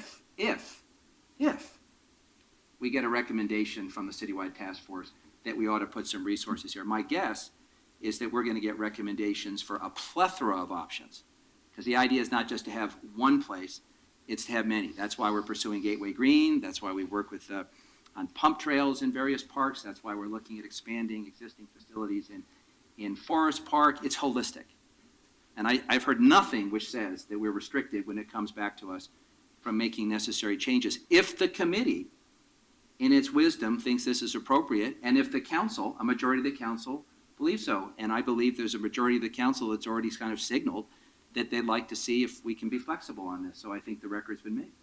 So, Commissioner, one thing I'm particularly concerned about, I mean, I thought that my amendment it was basically saying we are not making decisions about mountain biking in Riverview today.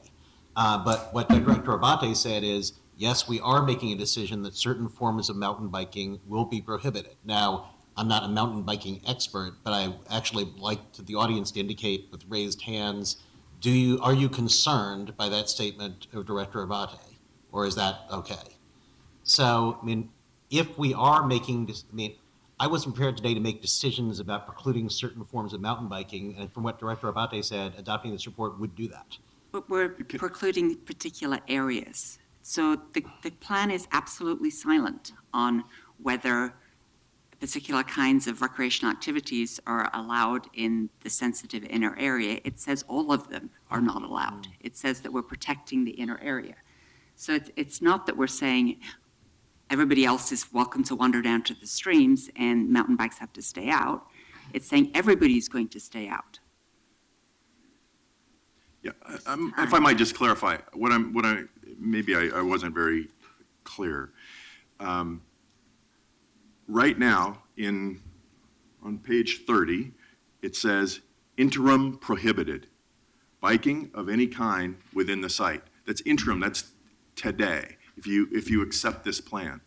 But your amendment says, but we have a citywide effort that's looking, and it might, in fact, make recommendations to change that, and we could do that.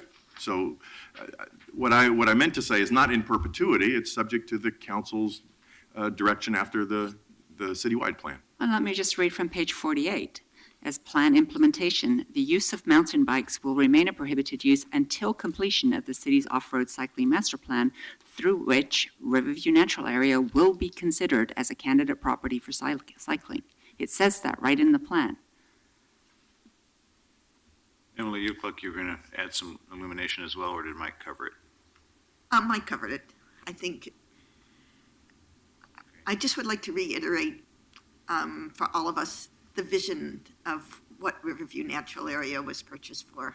And we have a lot of user groups throughout the city that want to use our natural areas for all sorts of different things. I think through this process, and though it was limited on our whole discussion of mountain biking, it really brought forward and protects the natural resources and the aquatic functions of which Riverview was purchased for. And I think that is very important to keep as our highest standard for this site.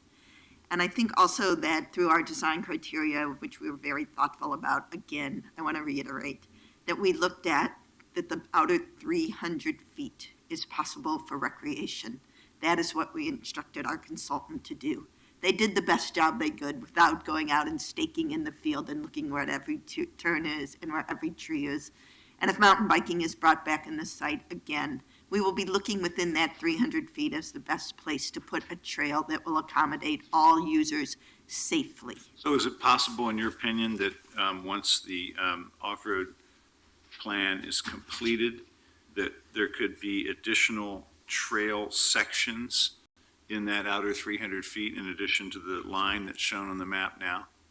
It could be considered as long as the goals for protecting natural resources are also maintained.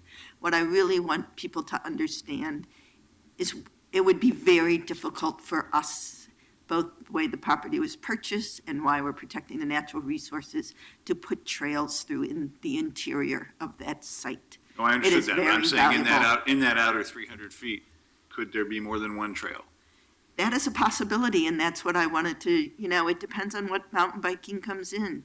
We may have a discussion where we would have, as I said before, a pedestrian trail and a biking trail next to it. If that, at some segment of the trail, is going to provide safety, then that is what we will do. We haven't had that opportunity to design.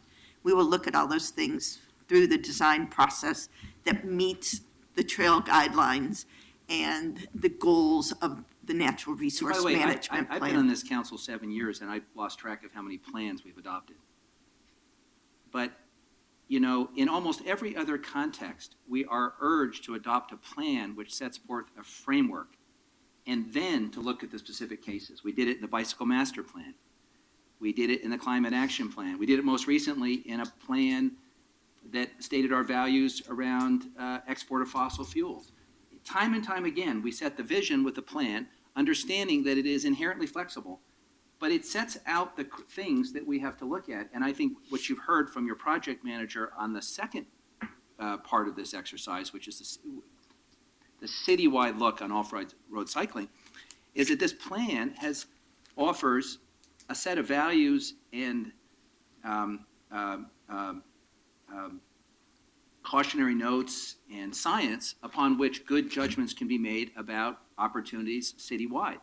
But it is our tradition to adopt the plan first, set the broader case, and then come in and look at how we harmonize that with other things. And I don't, in this case, Mayor, I have a hard time seeing how any particular group,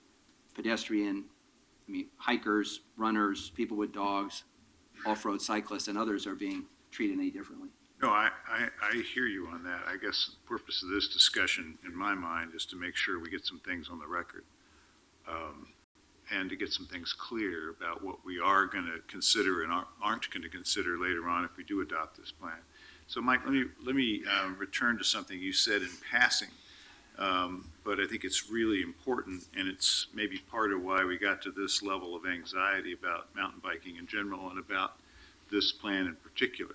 And I'm going to sort of ask you to hold up your hand and swear allegiance to a principle, but I think it's not going to be that hard for you. But every parks commissioner and every parks director has adhered to a principle in Portland that the park system ought to have big shoulders, and that every recreational use and every recreational activity should, to the best of our ability, be accommodated, and that new things like skateboards or mountain bikes come along.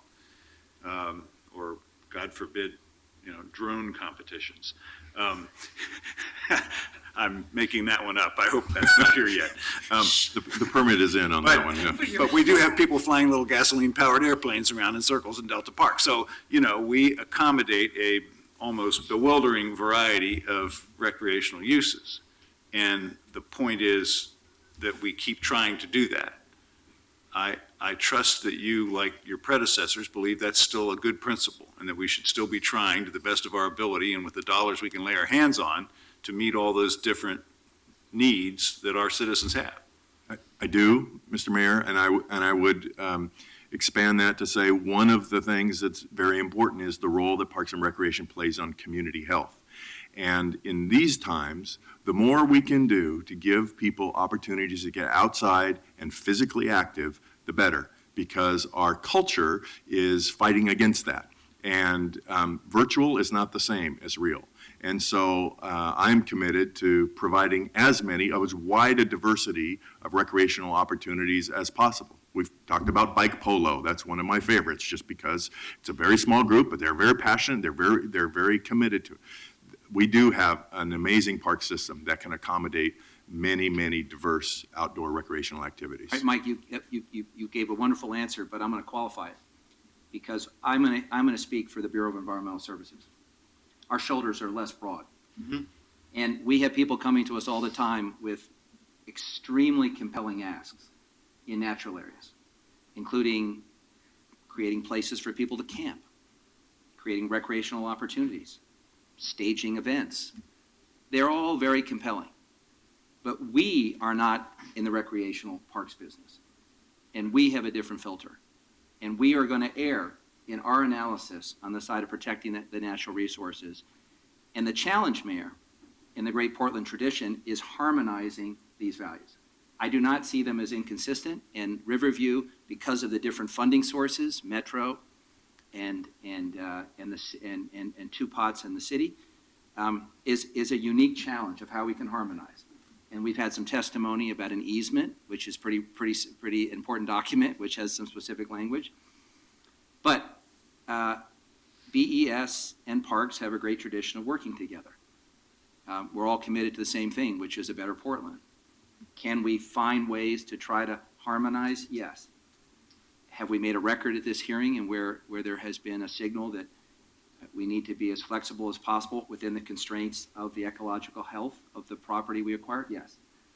But respectfully, with that now in the record, I think we can adopt this plan and still point to a day when there's a larger discussion about creating broader opportunities throughout the city for off-road cyclers who are a very, very important constituency in the city and in particular within the park system. Mayor, where are you at this point? I mean, I'm frankly a little concerned about voting today, given what I've heard. And it would be nice if Commissioner Saltzman were here.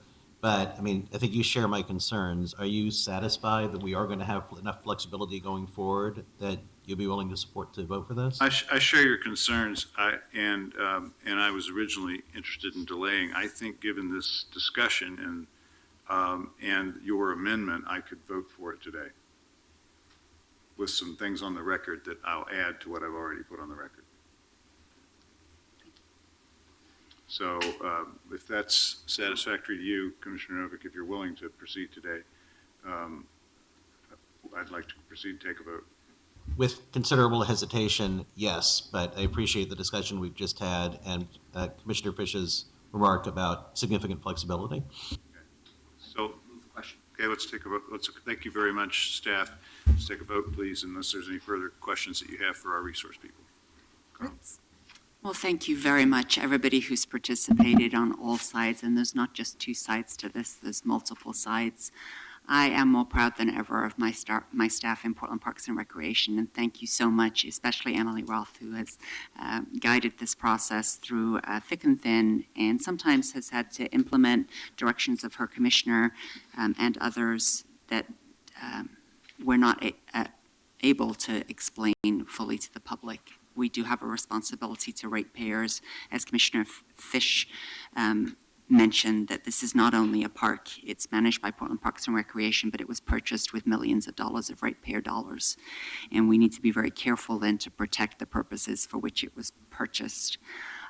With the input of my park staff and with the Northwest Trail Alliance and others, I have learned through this process that it is possible to construct trails that are safe and for all users, that they can be they can be careful of habitat and natural resource conservation.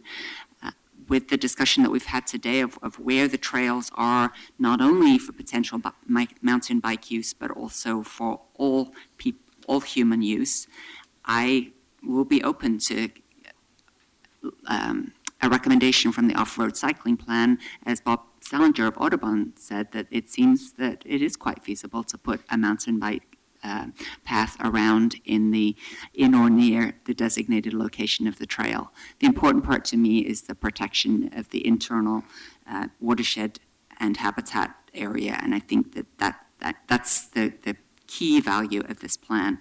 Also want to thank, of course, Mike Abatse and BES Director Michael Jordan and Maya Spencer, who, as Emily noted, put a lot of time into responding to constituent concerns.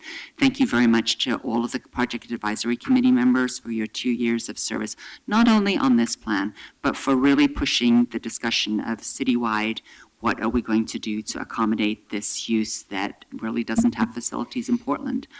I dedicated Parks money to buying the Gateway Green property, and I'm very committed to seeing if we can turn that into a new facility for biking.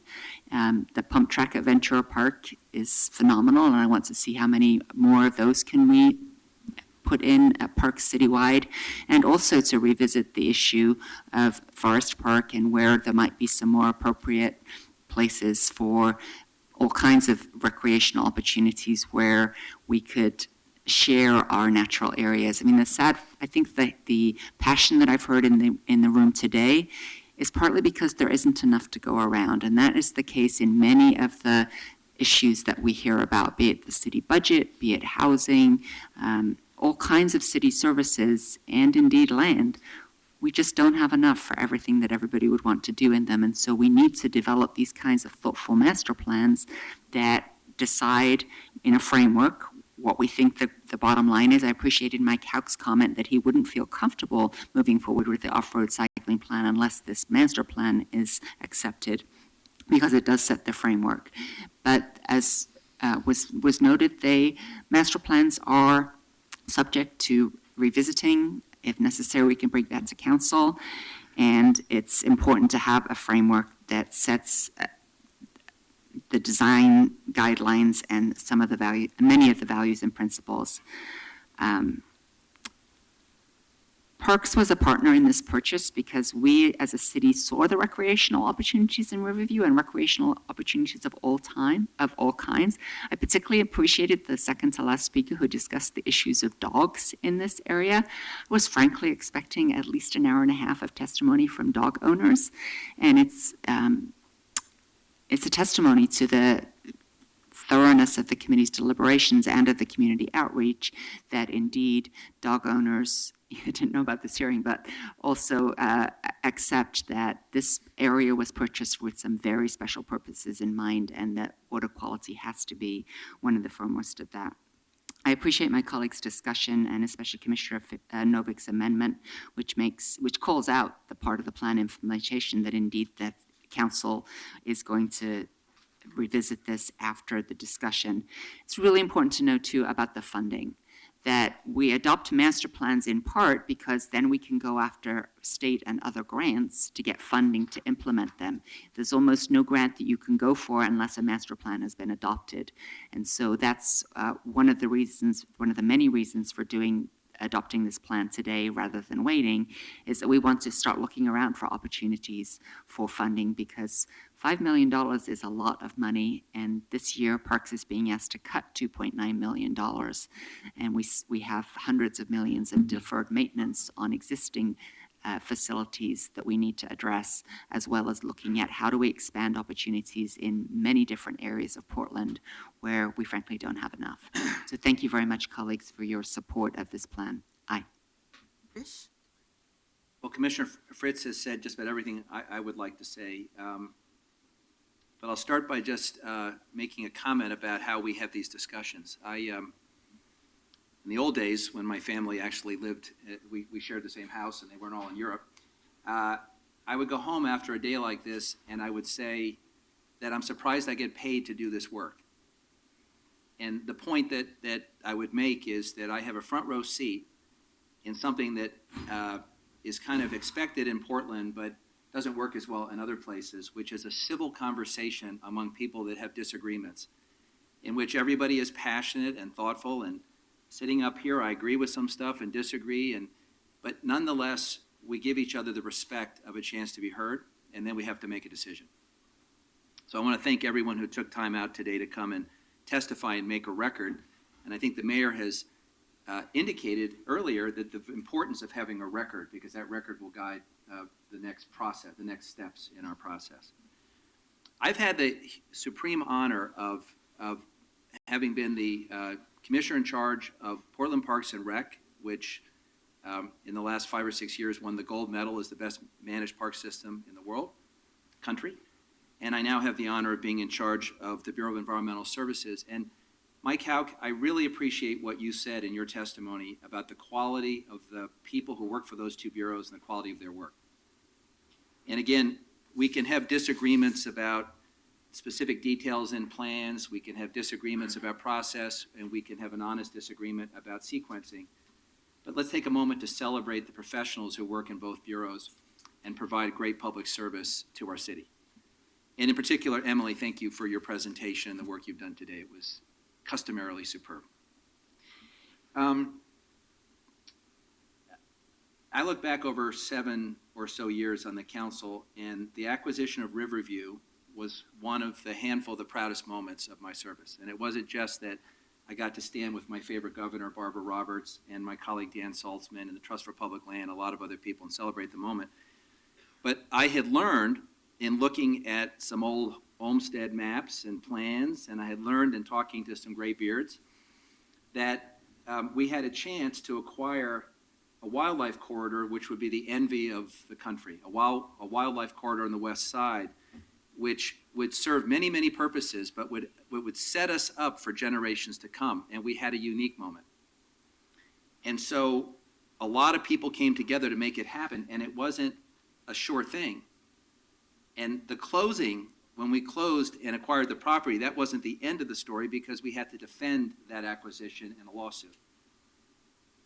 And that lawsuit and some of those issues has something to do with a little hiccup in this process that some people in this room disagree with and are still concerned with. But people up here in our positions have to balance a number of things, including legal advice and risks. And we sometimes have to do things that don't make us popular. But if we didn't occasionally do things that don't make us popular, you wouldn't want us to sit in these chairs. Now, as for where we go forward, this is a vitally important natural area that has a huge impact on water quality and temperature and on listed fish and other things.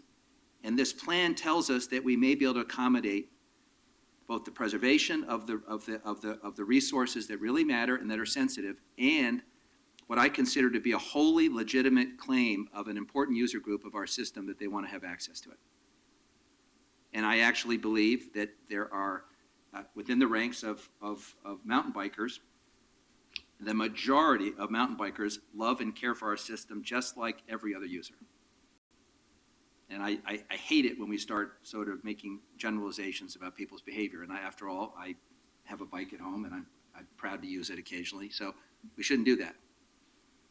But what we're doing today is something very important. We're adopting a plan which states very clearly our values. And there's a hierarchy of values here. And at the top of the chain is we're protecting something in nature that is irreplaceable. And we're going to ask everybody to make some accommodations so we can protect something that has a very important function to our long-term health as a community. And a lot of people have fought long and hard to protect natural areas in the city, and I believe what we're doing today is in the great tradition of a long tradition that goes back 150 years, the biggest system, the Olmsteds. I want to thank the PAC members for their service, all the people who come here to testify, and I want to commit to you, Mayor, because you've taken the lead on the citywide look, and you led the effort to secure funding, which I was proud to support. I come with an open mind and open heart in the next phase of this discussion. I have some history here, both in trying to find the balance in Forest Park, where I fell short, but in working with my colleague, Commissioner Fritz, to acquire Gateway Green, which has the potential to be one of the most significant off-road cycling opportunities in the state, and working with the Northwest Trails Alliance on some pump tracks, and thinking holistically about how do we bring this important user group into the family, and I'm committed to doing so. So I thank everybody for what I think has been an important hearing, and today I'm proud to cast my vote aye. Oh, excuse me, and I thank my colleague, Commissioner Novick, for his amendment, which I thought was customarily thoughtful and statesmanlike, and I think it enshrined an important point in our discussion, so I thank you for that. Aye. Novick. I'm not often accused of being statesmanlike, so I appreciate that, Commissioner Fish. I remain troubled by some of the testimony I've heard about the process that led us to this point. And I understand that there's a number of people in this room that don't feel comfortable with this plan and think that it forecloses options that should be considered. But I trust my colleagues, and I appreciate their adoption of my amendment and their assurances that that's not window dressing, that in fact they're willing to consider changes to the Review Trails Plan if the off-road bicycling master plan, based on the suggestions in the off-road bicycling master plan when that's completed. But I think that it's clear that the off-road bicyclists in this room have our attention. We will be looking at this. We will not just forget about this and decide that we've already made all the decisions that are to be made in rear review. So I encourage your continued advocacy, and we will, I think we've all made it clear that we're willing to work with you on the actual implementation of this plan and possibly modifications to this plan in the future. Thank you all. And thanks to staff, thanks to all the advocates on all sides. Aye. Hills? Let me offer some reassurances and some further direction to this discussion. To some extent, I'm going to echo the good words of my colleagues, but I want to put these things in my own words. My first reassurances are almost going to sound legalistic, but I think they are important. We're not adopting a land use plan here or a street map. We're adopting a master plan. We're adopting a management plan. And it's important. It's an important document. It says this is what we plan to do here, but it is not as legalistic as some of those other documents are. And it's not our first rodeo when it comes to adopting these kinds of plans. Commissioner Fish mentioned the Olmsted Plan. The Olmsted Plan was drafted in 1900-1901 and adopted by the City Council. Okay, Mike, 1903, sorry. And it was what planners today would call a blob plan. It said, you know, it's going to be a long way from Portland to a forest someplace. So buy that ridge there northwest of town and create a forest reserve. Buy the top of Mount Tabor. Buy that bluff down in Sellwood, which was really a radical thing to say because I think at that point Sellwood was still another city. Detail. Buy that bluff in Sellwood from the railroad company because that would be a great park. It was very general, and we haven't carried it all out, but we keep trying to. Actually, we still refer to it. We still ground some of our decisions in that plan. But Lord knows it hasn't guided us in every particular because it was a general plan. This one's more specific than that, but this discussion was important because we haven't nailed down every last detail of where the trails will be in this park, and nor should we at this point. So that sounds a little legalistic, but it nevertheless, I think it's important that we're adopting a management plan. Second reassurance, I'm really sorry, and that's why I had that little colloquy with Director Abate and Emily, that there's been, that there's some mistrust in this room. And I'm sorry that there's been either a real or perceived exclusion of legitimate interests from a Portland process where we make policy, because we always try to have all the legitimate interests at the table, and mountain bikers are a legitimate interest in the management of public spaces in the city of Portland. I'm not the only one up here that believes that. In fact, we all believe that, and I guess that's the thing I want to stress here, is that one of the reasons that I was wounded by hearing that mistrust is I just want to tell you that you're dealing with public servants, these folks and those folks who are people of goodwill and who are not interested in exclusions or Machiavellian schemes that corrupt that legitimate public process where everybody gets to be heard. So if that perception was felt by some of you in this process, I hope you'll forgive and give some credit and hope to these good people, because I know Emily. She's a great planner. Mike Abate is a great parks director. You got 3 former and current parks commissioners up here who all love the system, and Steve one day was going to want to be parks commissioner just so he can say that too. So you got people of goodwill that want to work together on this, and we will. One of the reasons I'm going to support this is, it's been made clear a couple times, but let me again say it in my own words. This is not a generic park. It's not, to even be more flippant about it, not just hills and dirt. It's a natural area that was purchased to be a natural area, and Commissioner Fish emphasized that, and I subscribe to that. One more legalistic point, and it's one of the reasons why I put it in the record. The prohibition against mountain biking in this natural area is an interim prohibition, because the trail network that would be a place where mountain biking could occur in a responsible way isn't there today. And so that interim prohibition is reasonable for now. I don't think it will be reasonable when we get to the final version of what the trail network in this park will be. Finally, the reason I asked for and that this council supported coming up with an off-road cycling plan for the city of Portland is back to that point that I made with Mike Abate. Our park system should have big shoulders. And Commissioner Fritz, you're right, there isn't enough to go around now, but there should be. There should be. In a city with 200 parks, one of them 5,000 acres, there should be ample places where people can go ride their bike without burning a quart of gasoline to get to the place that they do that. And you know that I believe that, and these other elected leaders here believe that, and we're going to get there because it is a legitimate recreational use.